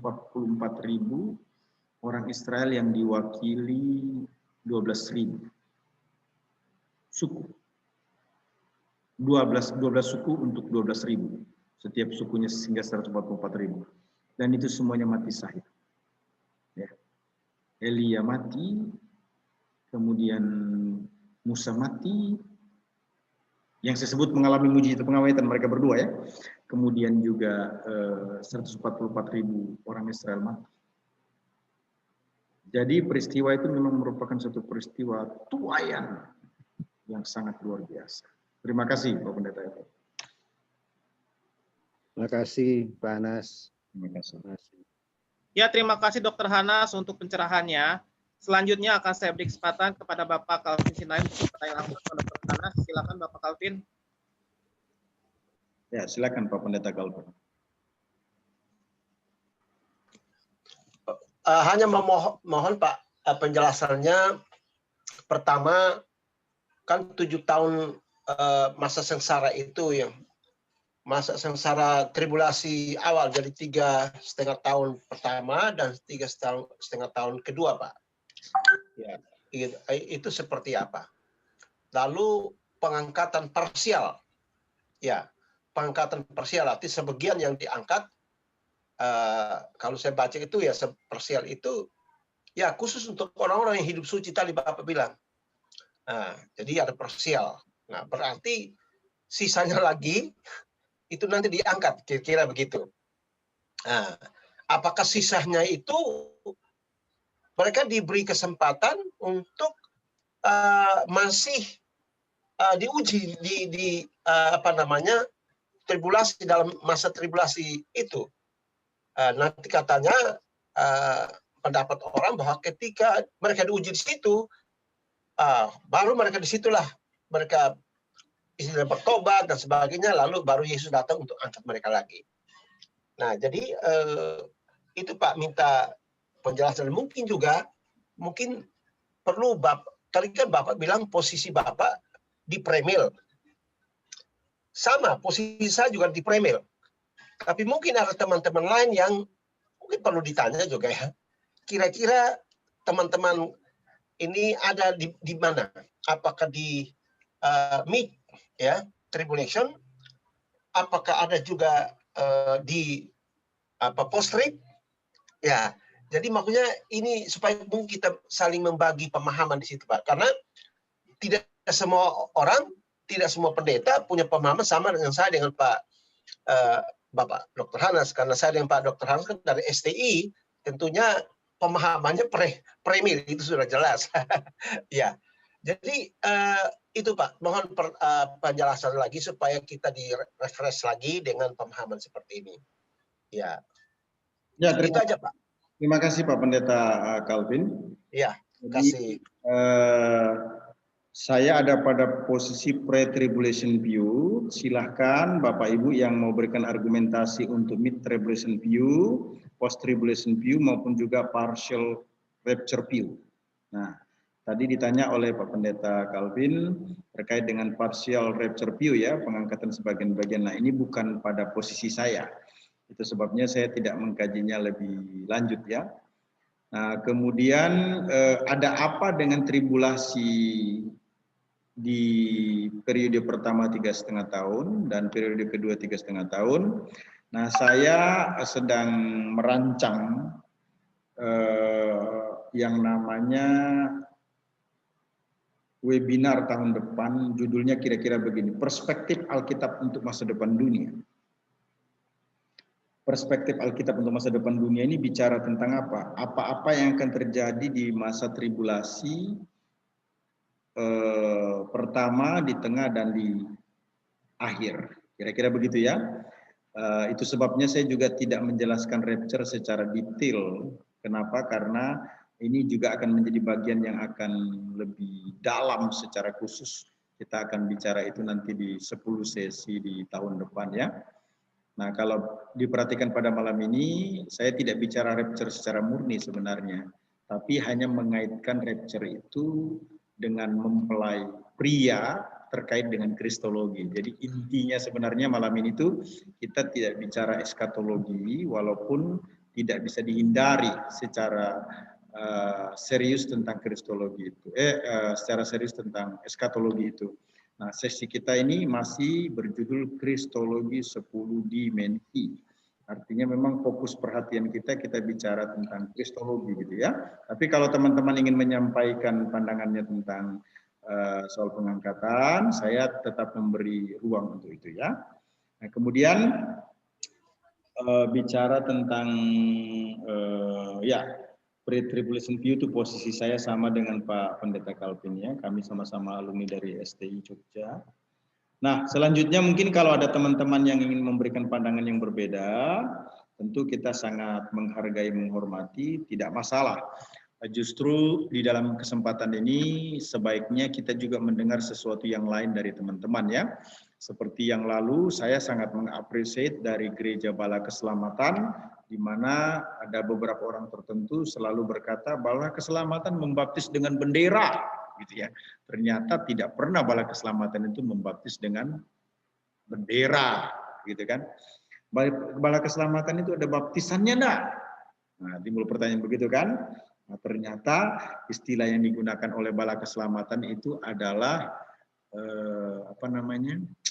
Pentabisan, Pak. Pentabisan. Pentabisan. Ya.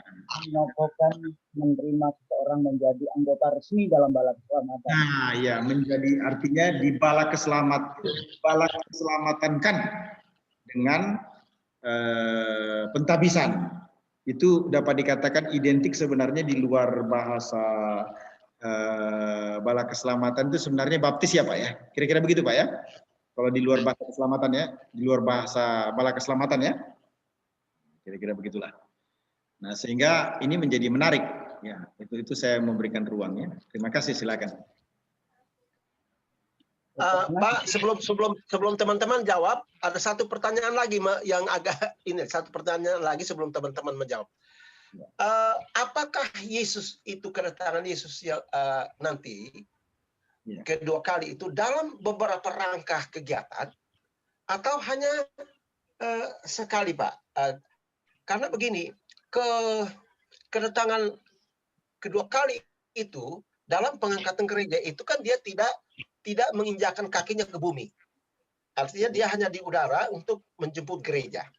Nah, lalu kan kita sudah pesta anak domba di sana, sesudah itu baru kalau penjelasan Bapak tadi kan datang lagi. Nah, kita turun lagi rame-rame istilah gitu ya. Jadi apakah itu berarti dua kali datang, dalam kedua tahun dua kali datang, atau sekali datang, satu kali datang dalam kedatangan yang kedua, tapi dalam beberapa kegiatan yang dilakukan, misalnya dalam membangun kerjaan Shalom, 1000 tahun damai, pengadilan terhadap bangsa-bangsa dan sebagainya, seperti itu atau seperti apa Pak? Mohon penjelasannya Pak, sebelum teman-teman saya bertanya. Terima kasih Pak Pendeta Calvin, pertanyaan yang sangat baik yang tentu memberikan wawasan yang jernih pada kita ya. Menjadi bias sebenarnya selama ini ucapan-ucapan yang diucapkan oleh orang yang dia tidak mengerti juga sehingga mengakibatkan orang yang mendengarkan ucapan juga tidak mengerti. Misalnya kedatangan Tuhan kedua kali. Sebenarnya kedatangan Tuhan kedua kali itu kalau dilihat secara teologi itu bukan rapture, tapi itu disebut second coming. Jadi second coming itu sebenarnya bukan rapture. Ya, tetapi kedatangan Kristus di bumi. Nah, jadi yang disebut kedatangan Kristus kita bedakan lah ya. Ini juga lagi Christmas kan. Kedatangan Kristus sebagai juru selamat, ya, itu di bumi dia menjadi manusia. Kedatangan Kristus di masa eskaton itu ada dua peristiwa. Yang pertama disebut dengan rapture atau pengangkatan gereja. Bahasa tepatnya kalau Alkitab itu harpazo.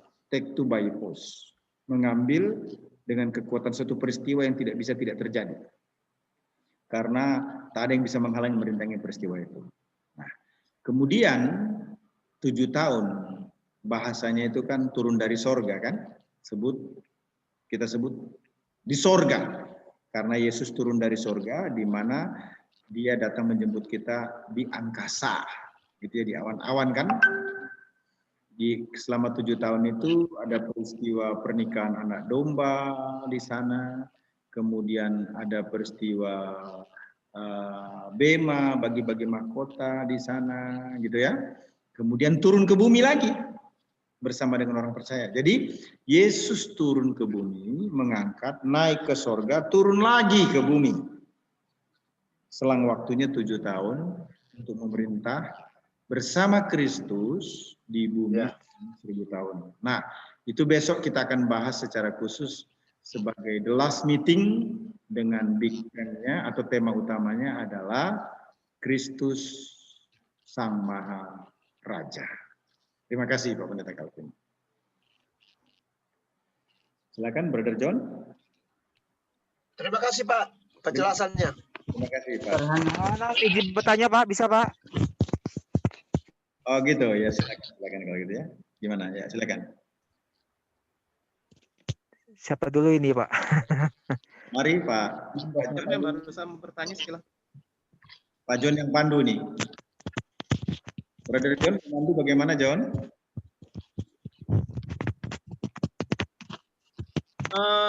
Siapa yang bertanya? Pak Soneta, saya persilakan. Ya, baik. Iya, Ayo Pak Pak Suneta. Dr. Anas, Oh, strip.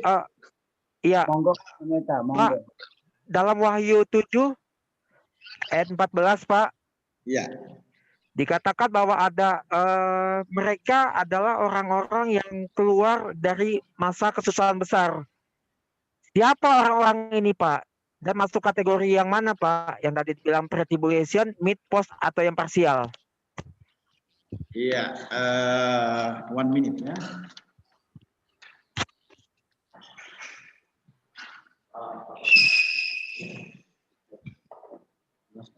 Ya, dijelaskan di situ dalam Wahyu 7 ayat 14 kan? Ya. Coba bisa dibaca dulu ya, mungkin supaya kita bisa dengarkan bersama-sama dengan teman-temannya. Kita tolong Brother John bacakan.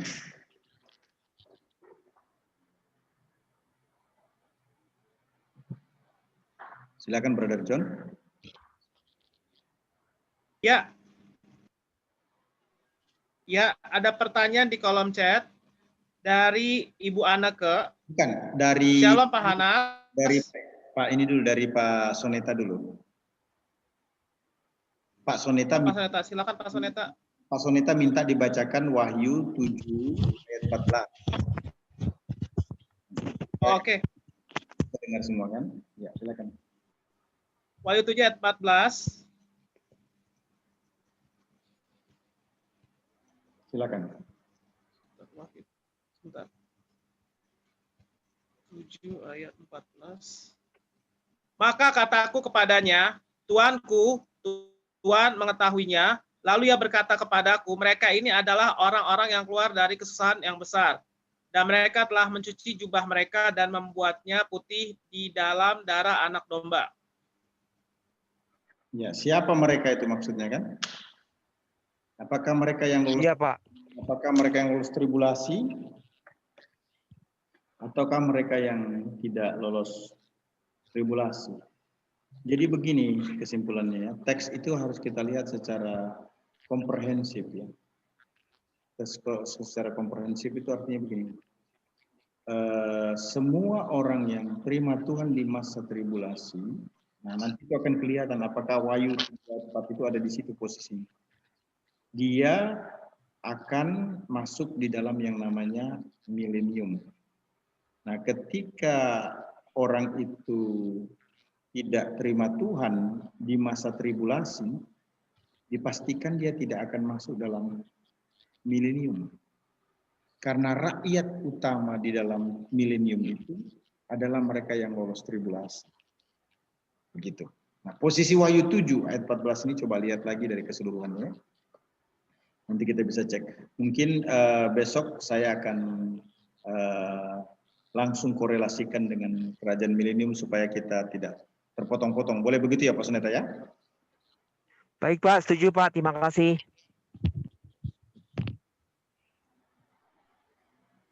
Ya, terima kasih Dr. Hana untuk pencerahannya.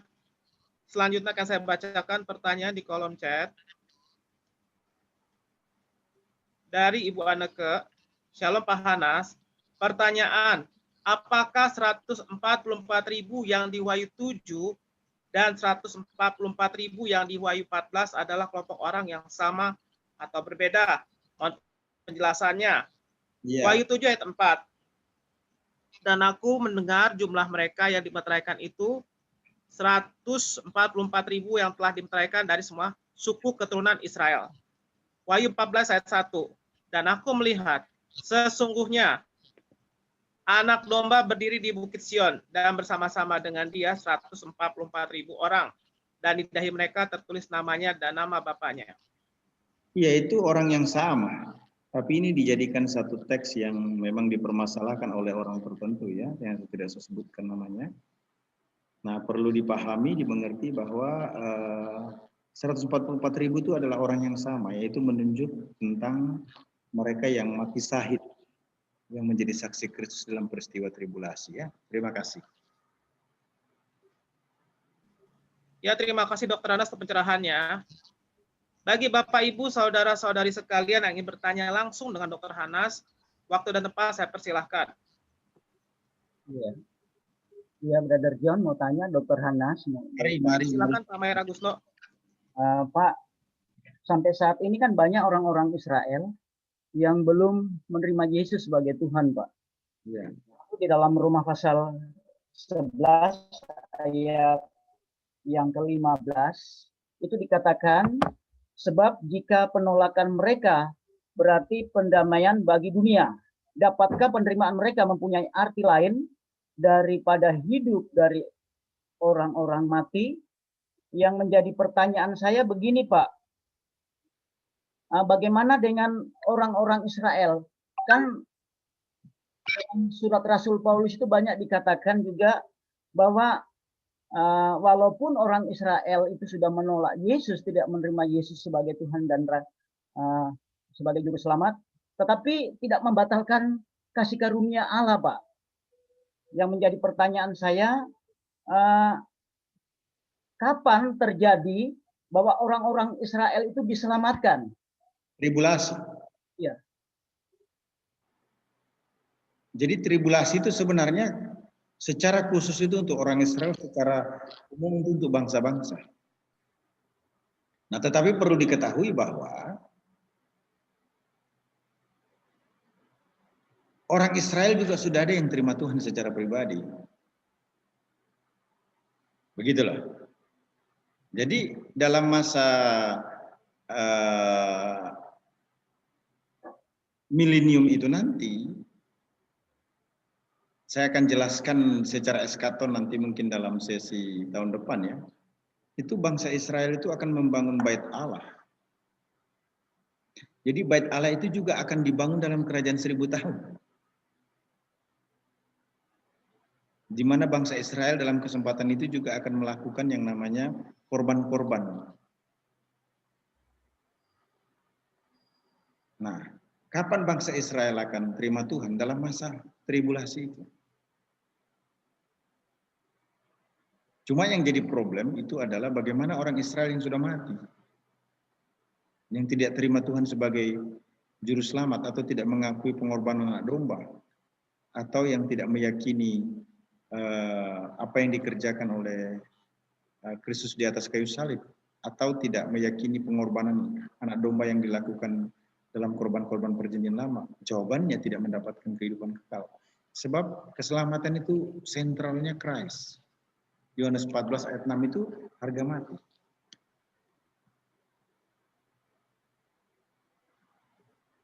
Begitu Pak ya?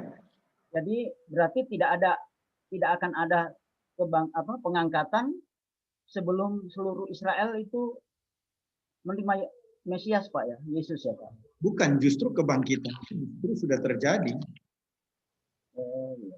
Sudah terjadi dulu, baru tribulasi datang. Tribulasi selesai, maka milenium datang. Milenium itu siapa pesertanya? Ya orang-orang Israel terutama. Yang sadar ngeh bahwa yang mereka salibkan itu adalah Yesus. Paham Pak, terima kasih. Jadi rakyatnya itu siapa? Orang Israel. Dan bangsa-bangsa yang non-Israel. Kumpul semua di situ. Makanya saya katakan kan tuaian terbesar itu kapan? Waktu tribulasi. Terima kasih. Terima kasih Pak. Ya, terima kasih Dr. Hanas untuk pencerahannya. Pertanyaan selanjutnya ada di kolom chat dari Ibu Liza Huta Barat. Wahyu 19 ayat 9, berbahagialah mereka yang diundang ke perjamuan nikah anak domba. Mohon jelaskan siapa mereka Pak Hanas, karena dari ayat tersebut saya lihat ada orang lain yang diundang menghadiri perjamuan nikah anak domba. Ini tidak hanya mempelai Kristus dalam kurung gereja. Siapakah mereka Pak Hanas? Ya, kalau kita memperhatikan berbagai orang yang diundang dalam pernikahan anak domba itu, ya pasti tubuh Kristus atau gereja, atau orang-orang percaya yang juga mengalami kebangkitan.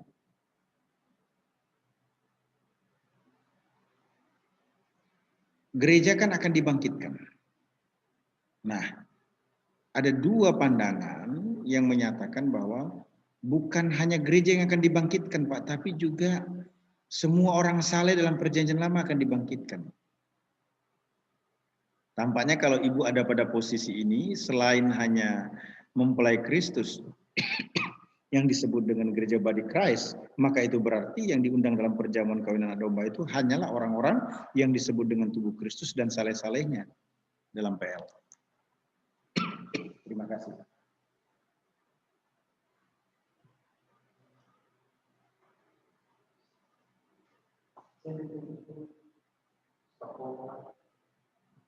Ya, silakan selanjutnya, Brother John.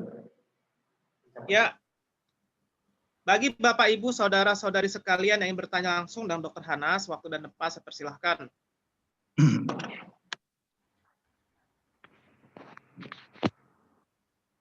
Ibu Sriyati yang bertanya langsung, silahkan ya, Ibu. Ya, Dr. Hanas, Ya, selamat malam. Ya. Saya boleh tanya satu saja, Dok. Dr. Hanas, saya kok ingat di rumah sakit ya panggil dok begitu. Untuk 1000 tahun masa kesusahan ya itu ya Pak ya. Itu apakah ada hubungannya dengan 2 Petrus 3 ayat 8 itu Pak? Apakah 1000 tahun itu memang benar-benar 1000 tahun atau dikatakan di situ kalau Tuhan bilang itu 1000 tahun itu sama dengan sehari saja, begitu bagaimana Pak? Itu konteksnya berbeda, Bu. Yang 1 hari sama dengan 1000 tahun itu konteksnya berbeda. Dalam mata pelajaran membahas kitab Kejadian ya, itu memiliki makna yang berbeda. Maknanya berbeda. Jadi bukan dalam artian terkait dengan apa yang Ibu baca dan jelaskan tadi itu, tidak terkait dengan yang namanya milenium. Itu 2 hal yang berbeda. Tapi kalau Ibu tanya, 1 hari sama dengan 1000 tahun, itu makna figuratif. Nah, yang saya maksudkan dengan 1000 tahun ini teksnya berbeda, Bu ya. Nah, kerajaan 1000 tahun yang dimaksudkan di sini memang betul-betul 1000 tahun itu adalah masa 1 kali 24 jam yang disebut dengan 1 kali 1000 tahun. Kira-kira begitu. Jadi 1000 tahun itu bukan dengan makna figuratif. Kalau kitab Wahyu ngomongnya, kerajaan 1000 tahun itu betul-betul merupakan makna literal. Gitu. Ya, terima kasih Dr. Hanas untuk pencerahannya. Bagi Bapak, Ibu, Saudara-saudari sekalian yang ingin bertanya langsung dengan Dr. Hanas, waktu dan tempat saya persilahkan. Boleh tanya lagi, Pak? Silakan Bapak Mayor Agusno. Tadi dibahas soal 1000 tahun, Pak. 1000 tahun kerajaan Allah di bumi. Yang saya mau tanya itu kerajaan Allah di bumi 1000 tahun ini, dunia dan seisinya itu sudah terjadi hari kiamat, artinya sudah hancur, sudah musnah, tidak ada lagi dunia sekarang Pak ya? Atau terjadi kerajaan di surga selama-lamanya itu Pak? Iya, kerajaan 1000 tahun itu adalah suatu kondisi di bumi yang kualitasnya berbeda.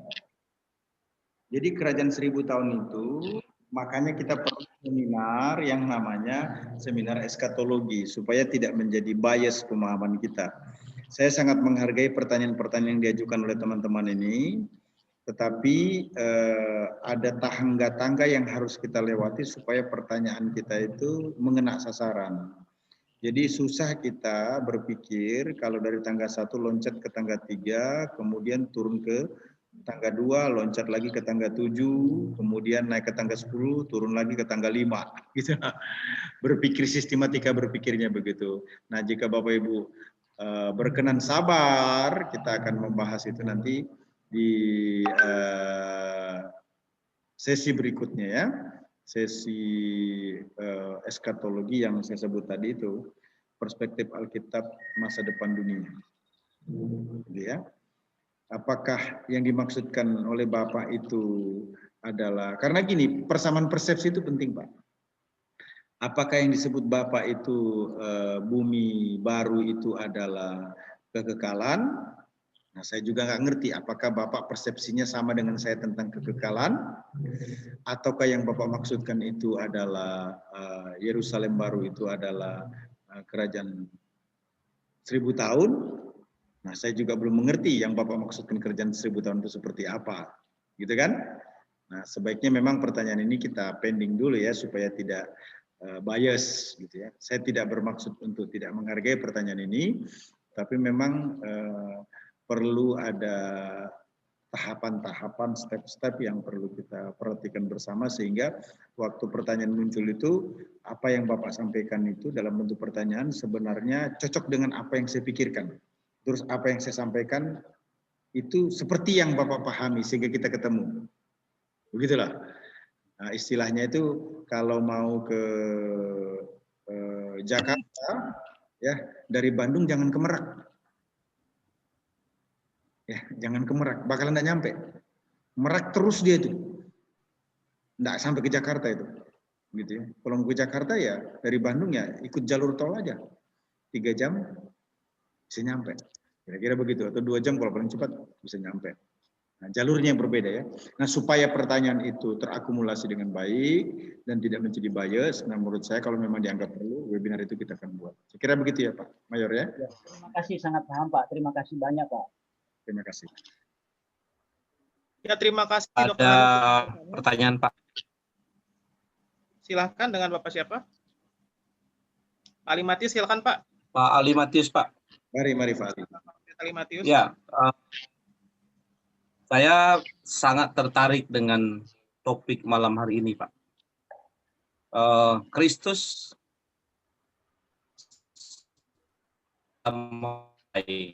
gereja mempelai perempuan, Kristus mempelai laki-laki. Ya, mungkin saya pengen mendapatkan penjelasan lebih dalam lagi.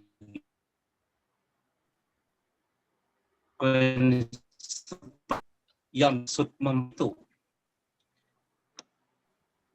Ya, kalau kita melihat menangkapnya seperti manusia, gitu ya, maka itu perlu satu, cinta. Ya, tidak mungkin tanpa cinta orang bisa punya hubungan. Untuk cinta perlu pengenalan lebih dalam. Yang kedua, saya pikir kalau mempelai itu perlu waktu gitu Pak. Maka konsekuensinya ya senang berlama-lama dengan pasangannya. Dan yang ketiga, kalau bicara mempelai, itu semakin paham, semakin mengerti.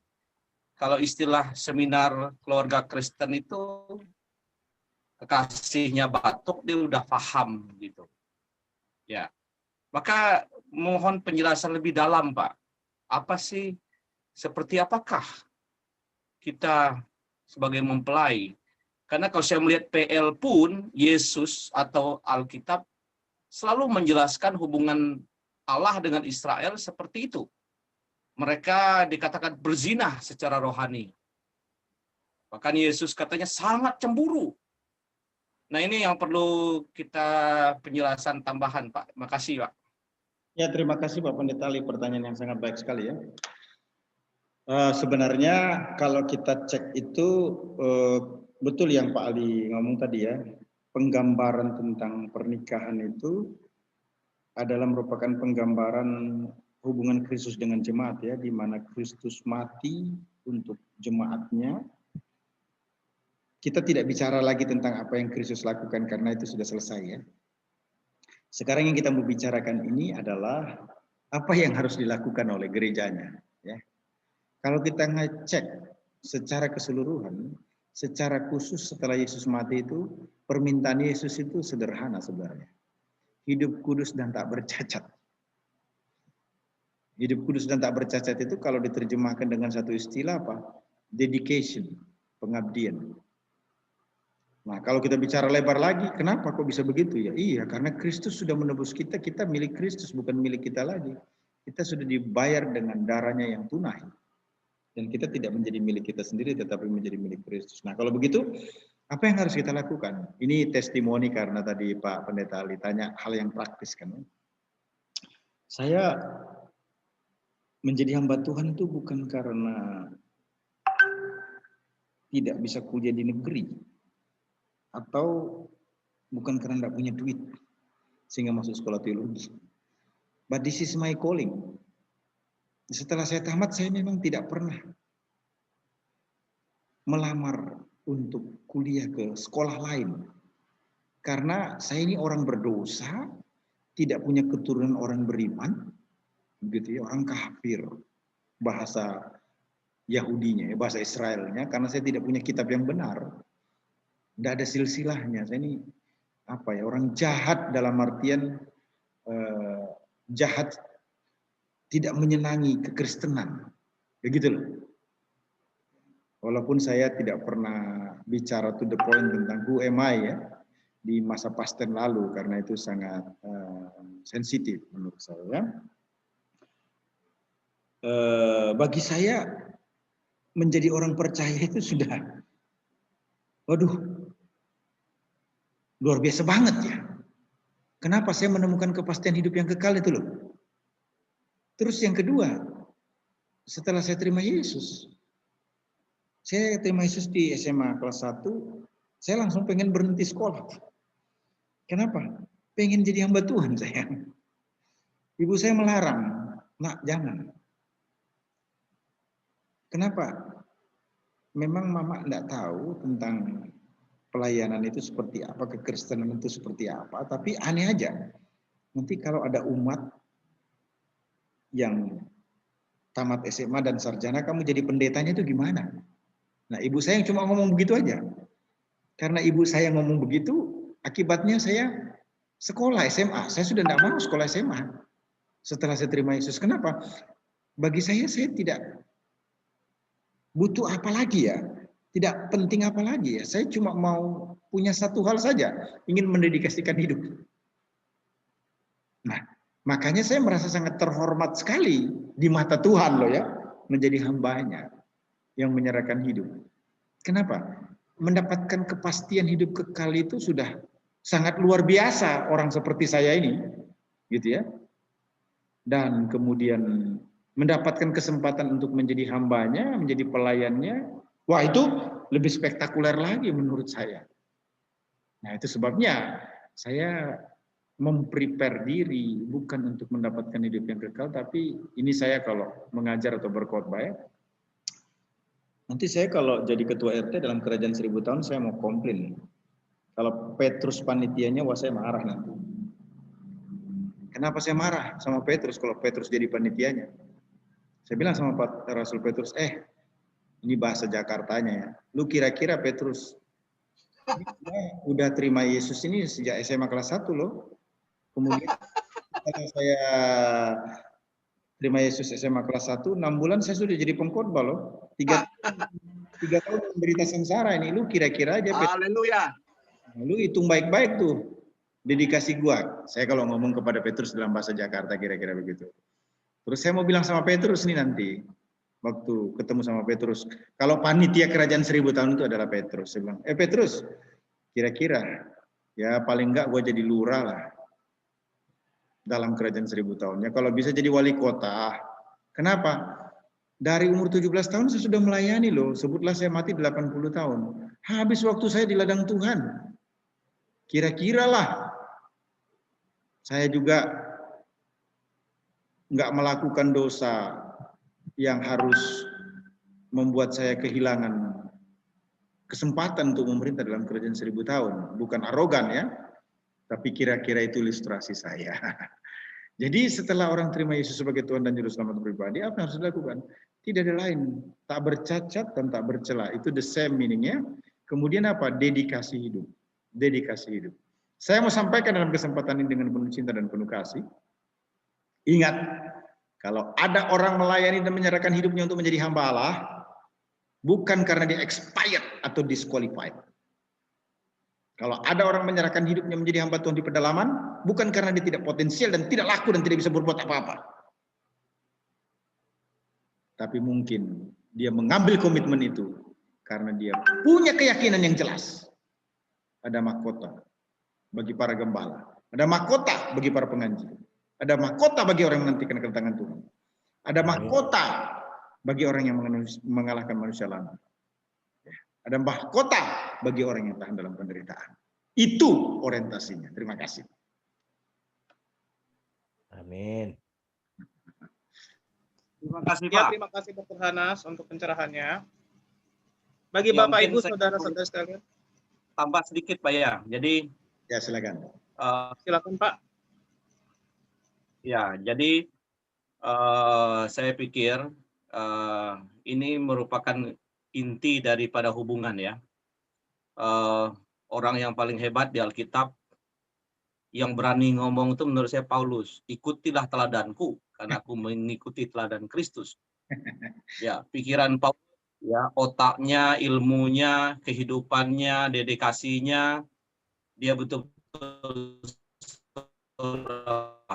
pernah sekalipun penjara, ancam, dia selalu memberitakan Injil Kristus dan betul-betul dia all out, ya, seorang juang biasa. Satu Paulus adalah aku berlari pada tujuan dan panggilan ilahi. Terus yang kedua, aku berhutang karena dengan pengenalan akan Tuhan itu mempengaruhi statement hidup, mengaruhi moto kehidupan, dan mengaruhi tujuan hidup kita. Maka tujuan hidup yang jelas itu lahir daripada pengertian yang jelas. Pengertian yang jelas lahir daripada hubungan yang intim. Terima kasih Pak, Tuhan berkati. Setuju ya. Jadi Setuju. dedikasi yang exactly disebabkan karena pemahaman yang exactly karena hubungan yang exactly. Thank you. Ya. Silakan Pak Bakti ingin menyampaikan sesuatu atau question, silakan. Kalau bagi saya melayani itu mengandung implikasi memikul salib. Kalau memikul salib pasti nggak enak. Pasti tidak enak.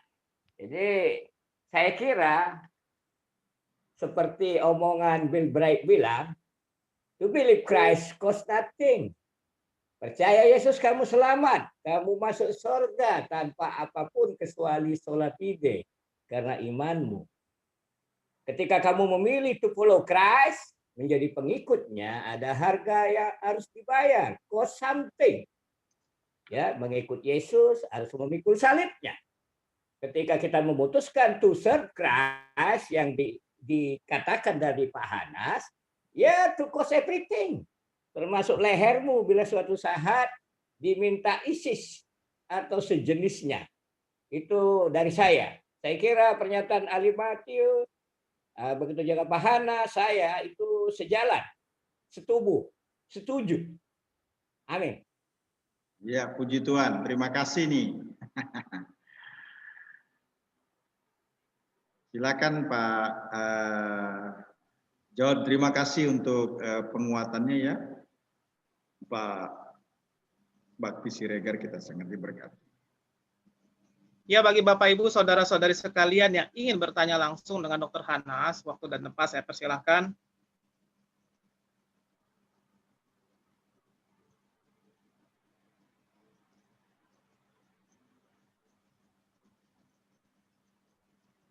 Silakan. Bagi Bapak Ibu, saudara-saudari sekalian yang bertanya langsung Dr. Hanas, waktu dan tempat saya persilahkan.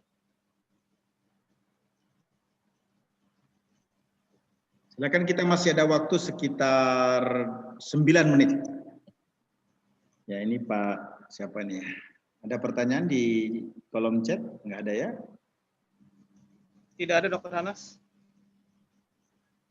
Hanas, Ya. satu lagi ya. Boleh, silakan. Silakan Pak Calvin.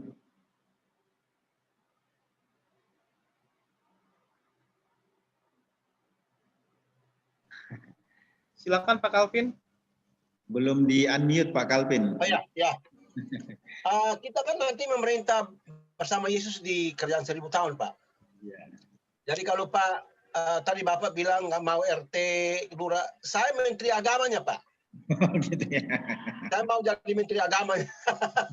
Oke, thank you. Nggak perlu agama lagi, Pak. Iya. Di sana nggak perlu agama lagi. Ya, kira-kira gitu ya, kita terhibur sedikit. Nah, Saya pertanyaannya adalah mungkin Bapak kasih ya penjelasan lagi. Siapa yang kita memerintah bersama Yesus? Kita perintah siapa?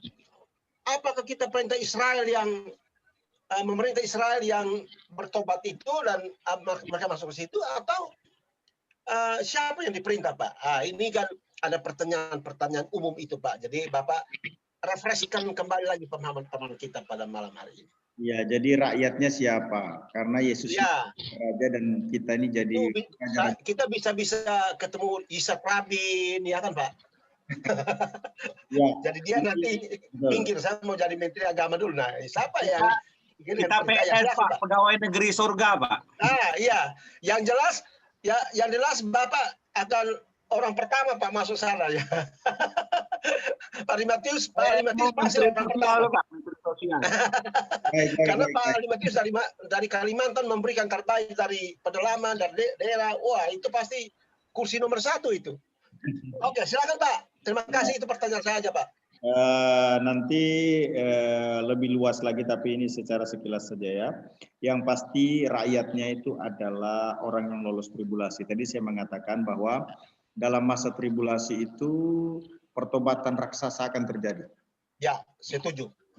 Kemudian dan perlu diketahui, don't worry, jangan khawatir ya. Karena dalam masa tribulasi nanti itu, besok saya akan jelaskannya. Dalam masa milenium itu, besok saya akan jelaskan produktivitas manusia tinggi sekali dalam arti manusia melahirkan manusia. Perempuan itu 13 tahun dia sudah haid. Dalam masa itu, yang namanya perempuan itu sudah kehilangan kesakitan, kutuk, sudah tidak ada lagi dalam masa milenium. Jadi wanita itu dalam setiap tahunnya, bahkan 9 bulan 10 hari sebutlah begitu ya, bisa melahirkan 1 anak. Bayangkan saja terjadi percepatan produktivitas. Jadi jangan khawatir siapa yang akan diperintah dalam kerajaan 1000 tahun itu. Ya. Dipastikan bahwa manusia akan menjadi lautan yang begitu luar biasa karena banyaknya manusia yang akan ada di bumi. Di samping modalnya adalah mereka yang sudah lolos tribulasi, gitu ya. Akan hidup selama 1000 tahun ya, 1000 tahun. Bagaimana yang apakah ada kematian dalam masa tribulasi, dalam masa milenium? Nanti saya jelaskan di tahun depan. Terima kasih. Dr. Hanas, bertanya lagi bisa, Dr. Hanas? Ya, silakan. Kita masih ada waktu 5 menit. Sedikit aja, Pak. Soneta nggak puas itu, Pak Soneta. Ini siapa ini? Dr. Hanas, saya hanya mau tanya aja nih, ya. Kalau orang duka cita, ada yang meninggal, dok. bahasanya selalu ada ucapannya begini, sampai bertemu di Yerusalem baru. Itu Alkitabiah enggak? Kenapa enggak langsung aja dibikin sampai bertemu di surga kembali begitu? Minta pandangannya Dr. Hanas nih. Iya, kalau Yerusalem baru itu, makanya saya bilang Yerusalem baru ini harus dilihat apakah itu surga, apakah itu milenium, apakah itu kekekalan, sebab itu tempat yang berbeda semua. Jadi kekekalan itu beda, milenium itu beda, ya. Kalau yang disebut dengan sorga di mana Yesus datang menjemput kita sebagai saleh-salehnya juga berbeda. Nah, Yerusalem baru itu ada di mana? Ya toh? Bahkan ada nyanyi yang berkata, oh Yerusalem kota mulia, hatiku rindu ke sana. Kira-kira begitu kan? Nah, ini ketidakjelasan yang diucapkan oleh beberapa orang, tetapi dipahami apakah mau istilahnya sorga atau Yerusalem tempat yang senang. Jadi kita melihatnya ada tempat untuk mengkomplain. Lain kali jangan ngomong lagi ya. Yerusalem ya, yang benar itu apa? Firdaus. Kan tidak mungkin ngomong begitu kan. Apalagi ini dapat dikatakan apa? Pemahaman ini sudah mengakar rumput. Mengakar rumput itu artinya sudah mendarah daging. Begitu loh. Seperti dulu sebelum kita terima Yesus, yang ada dalam pikiran kita apa? Sudah ada teologi. Teologianya apa? Masuk surga karena perbuatan baik. Betul enggak? Nanti setelah belajar Alkitab kita, masuk di bangku kuliah, atau ada dalam School of Ministry, atau di webinar begini, mengalami progres. Oh ternyata bukan karena perbuatan baik ya. Tapi diselamatkan karena perbuatan baik itu sudah mengakar. Oh itu sudah mengakar dan susah dirubah. Sama juga dengan ini. Itu kalau dikatakan apa? 1, 2, 3. Artinya bilangan-bilangan, urutan-urutan yang dapat dipredik. Pernyataan-pernyataan yang mengakar di rumput yang susah ditarik kembali. Susah dibenahi. Tetapi kita memahami bersama, apakah mau ngomongnya surga atau Yerusalem baru, itu menggambarkan apa? Ada satu tempat yang senang. Bersama Tuhan, itulah intinya kira-kira, begitu tahu? Yerusalem baru dan surga itu menggambarkan satu tempat yang senang kan, suka kan. Gitu. Memberikan penghiburan kepada keluarga yang berduka cita. Terima kasih. Ya, masih ada 2 menit, the last question mungkin. Ya Pak, saya tanya lagi Pak. Ya boleh. Doa Bapa kami, doa Bapa kami itu kan ada dikatakan datanglah kerajaanmu. Apakah bisa diartikan karena ada seorang hamba Tuhan mengatakan doa Bapa kami itu datanglah kerajaanmu, itu bisa diartikan bahwa ada orang-orang percaya yang mengalami masa antikristus. Saking menderitanya orang-orang percaya pada waktu itu sehingga dia menginginkan kerajaan Allah segera datang. Bagaimana menurut pandangan Bapak? Itu doa Yesus di bumi. Jadi Yesus sedang mengajarkan sesuatu yang harus didoakan diajarkan kepada murid-muridnya ketika dia ada di bumi. Datanglah kerajaanmu, jadilah kehendakmu di bumi seperti di surga. Artinya apa? Kewibawaan otoritas daripada surga itu terjadi turun di bumi, itu penekanannya sebenarnya. Termasuk di dalamnya juga bukan hanya bicara soal nilai-nilai, tetapi juga bicara tentang power atau kuasa atau supranaturalnya Allah. Begitulah. Jadi bukan hanya bicara tentang nilai value, tetapi juga bicara tentang kewenangan kewibawaan Tuhan di dalam actionnya, di dalam penguasaan pengendaliannya terhadap surga dinyatakan di bumi. Kira-kira begitu. Terima kasih Pak. Ya. Baik, terima kasih banyak ya buat teman-teman semua yang sudah hadir di pertemuan pada malam ini di sesi Kristus Sang Mempelai. Besok kita akan bertemu di pertemuan yang terakhir dengan tema Kristus Sang Maharaja. Mari kita akhiri di dalam doa. Bapa, kami bersyukur untuk semua cinta, kemurahan, dan kebaikan-Mu. Engkau mengasihi, mencintai kami, Engkau baik, heran, dan luar biasa. Puji sembah hormat bagi-Mu, ya Allah. Terima kasih untuk semua pertemanan persahabatan ini. Engkau mulia, agung, dan luar biasa, bisa belajar tentang kebenaran-Mu. Terima kasih untuk semua teman-teman sahabat yang ada di dalam grup maupun yang mengikuti. Puji sembah hormat bagi-Mu, ya Tuhan. Berkati kami semua. Darah Yesus untuk kami dan puji sembah hormat bagi-Mu. Mengakhiri pertemuan pada malam ini. Besok kami akan bertemu kembali. Tuhan memberkati dengan kuasa Tuhan. Dalam nama Yesus kami berdoa dan bersyukur. Haleluya. Amin.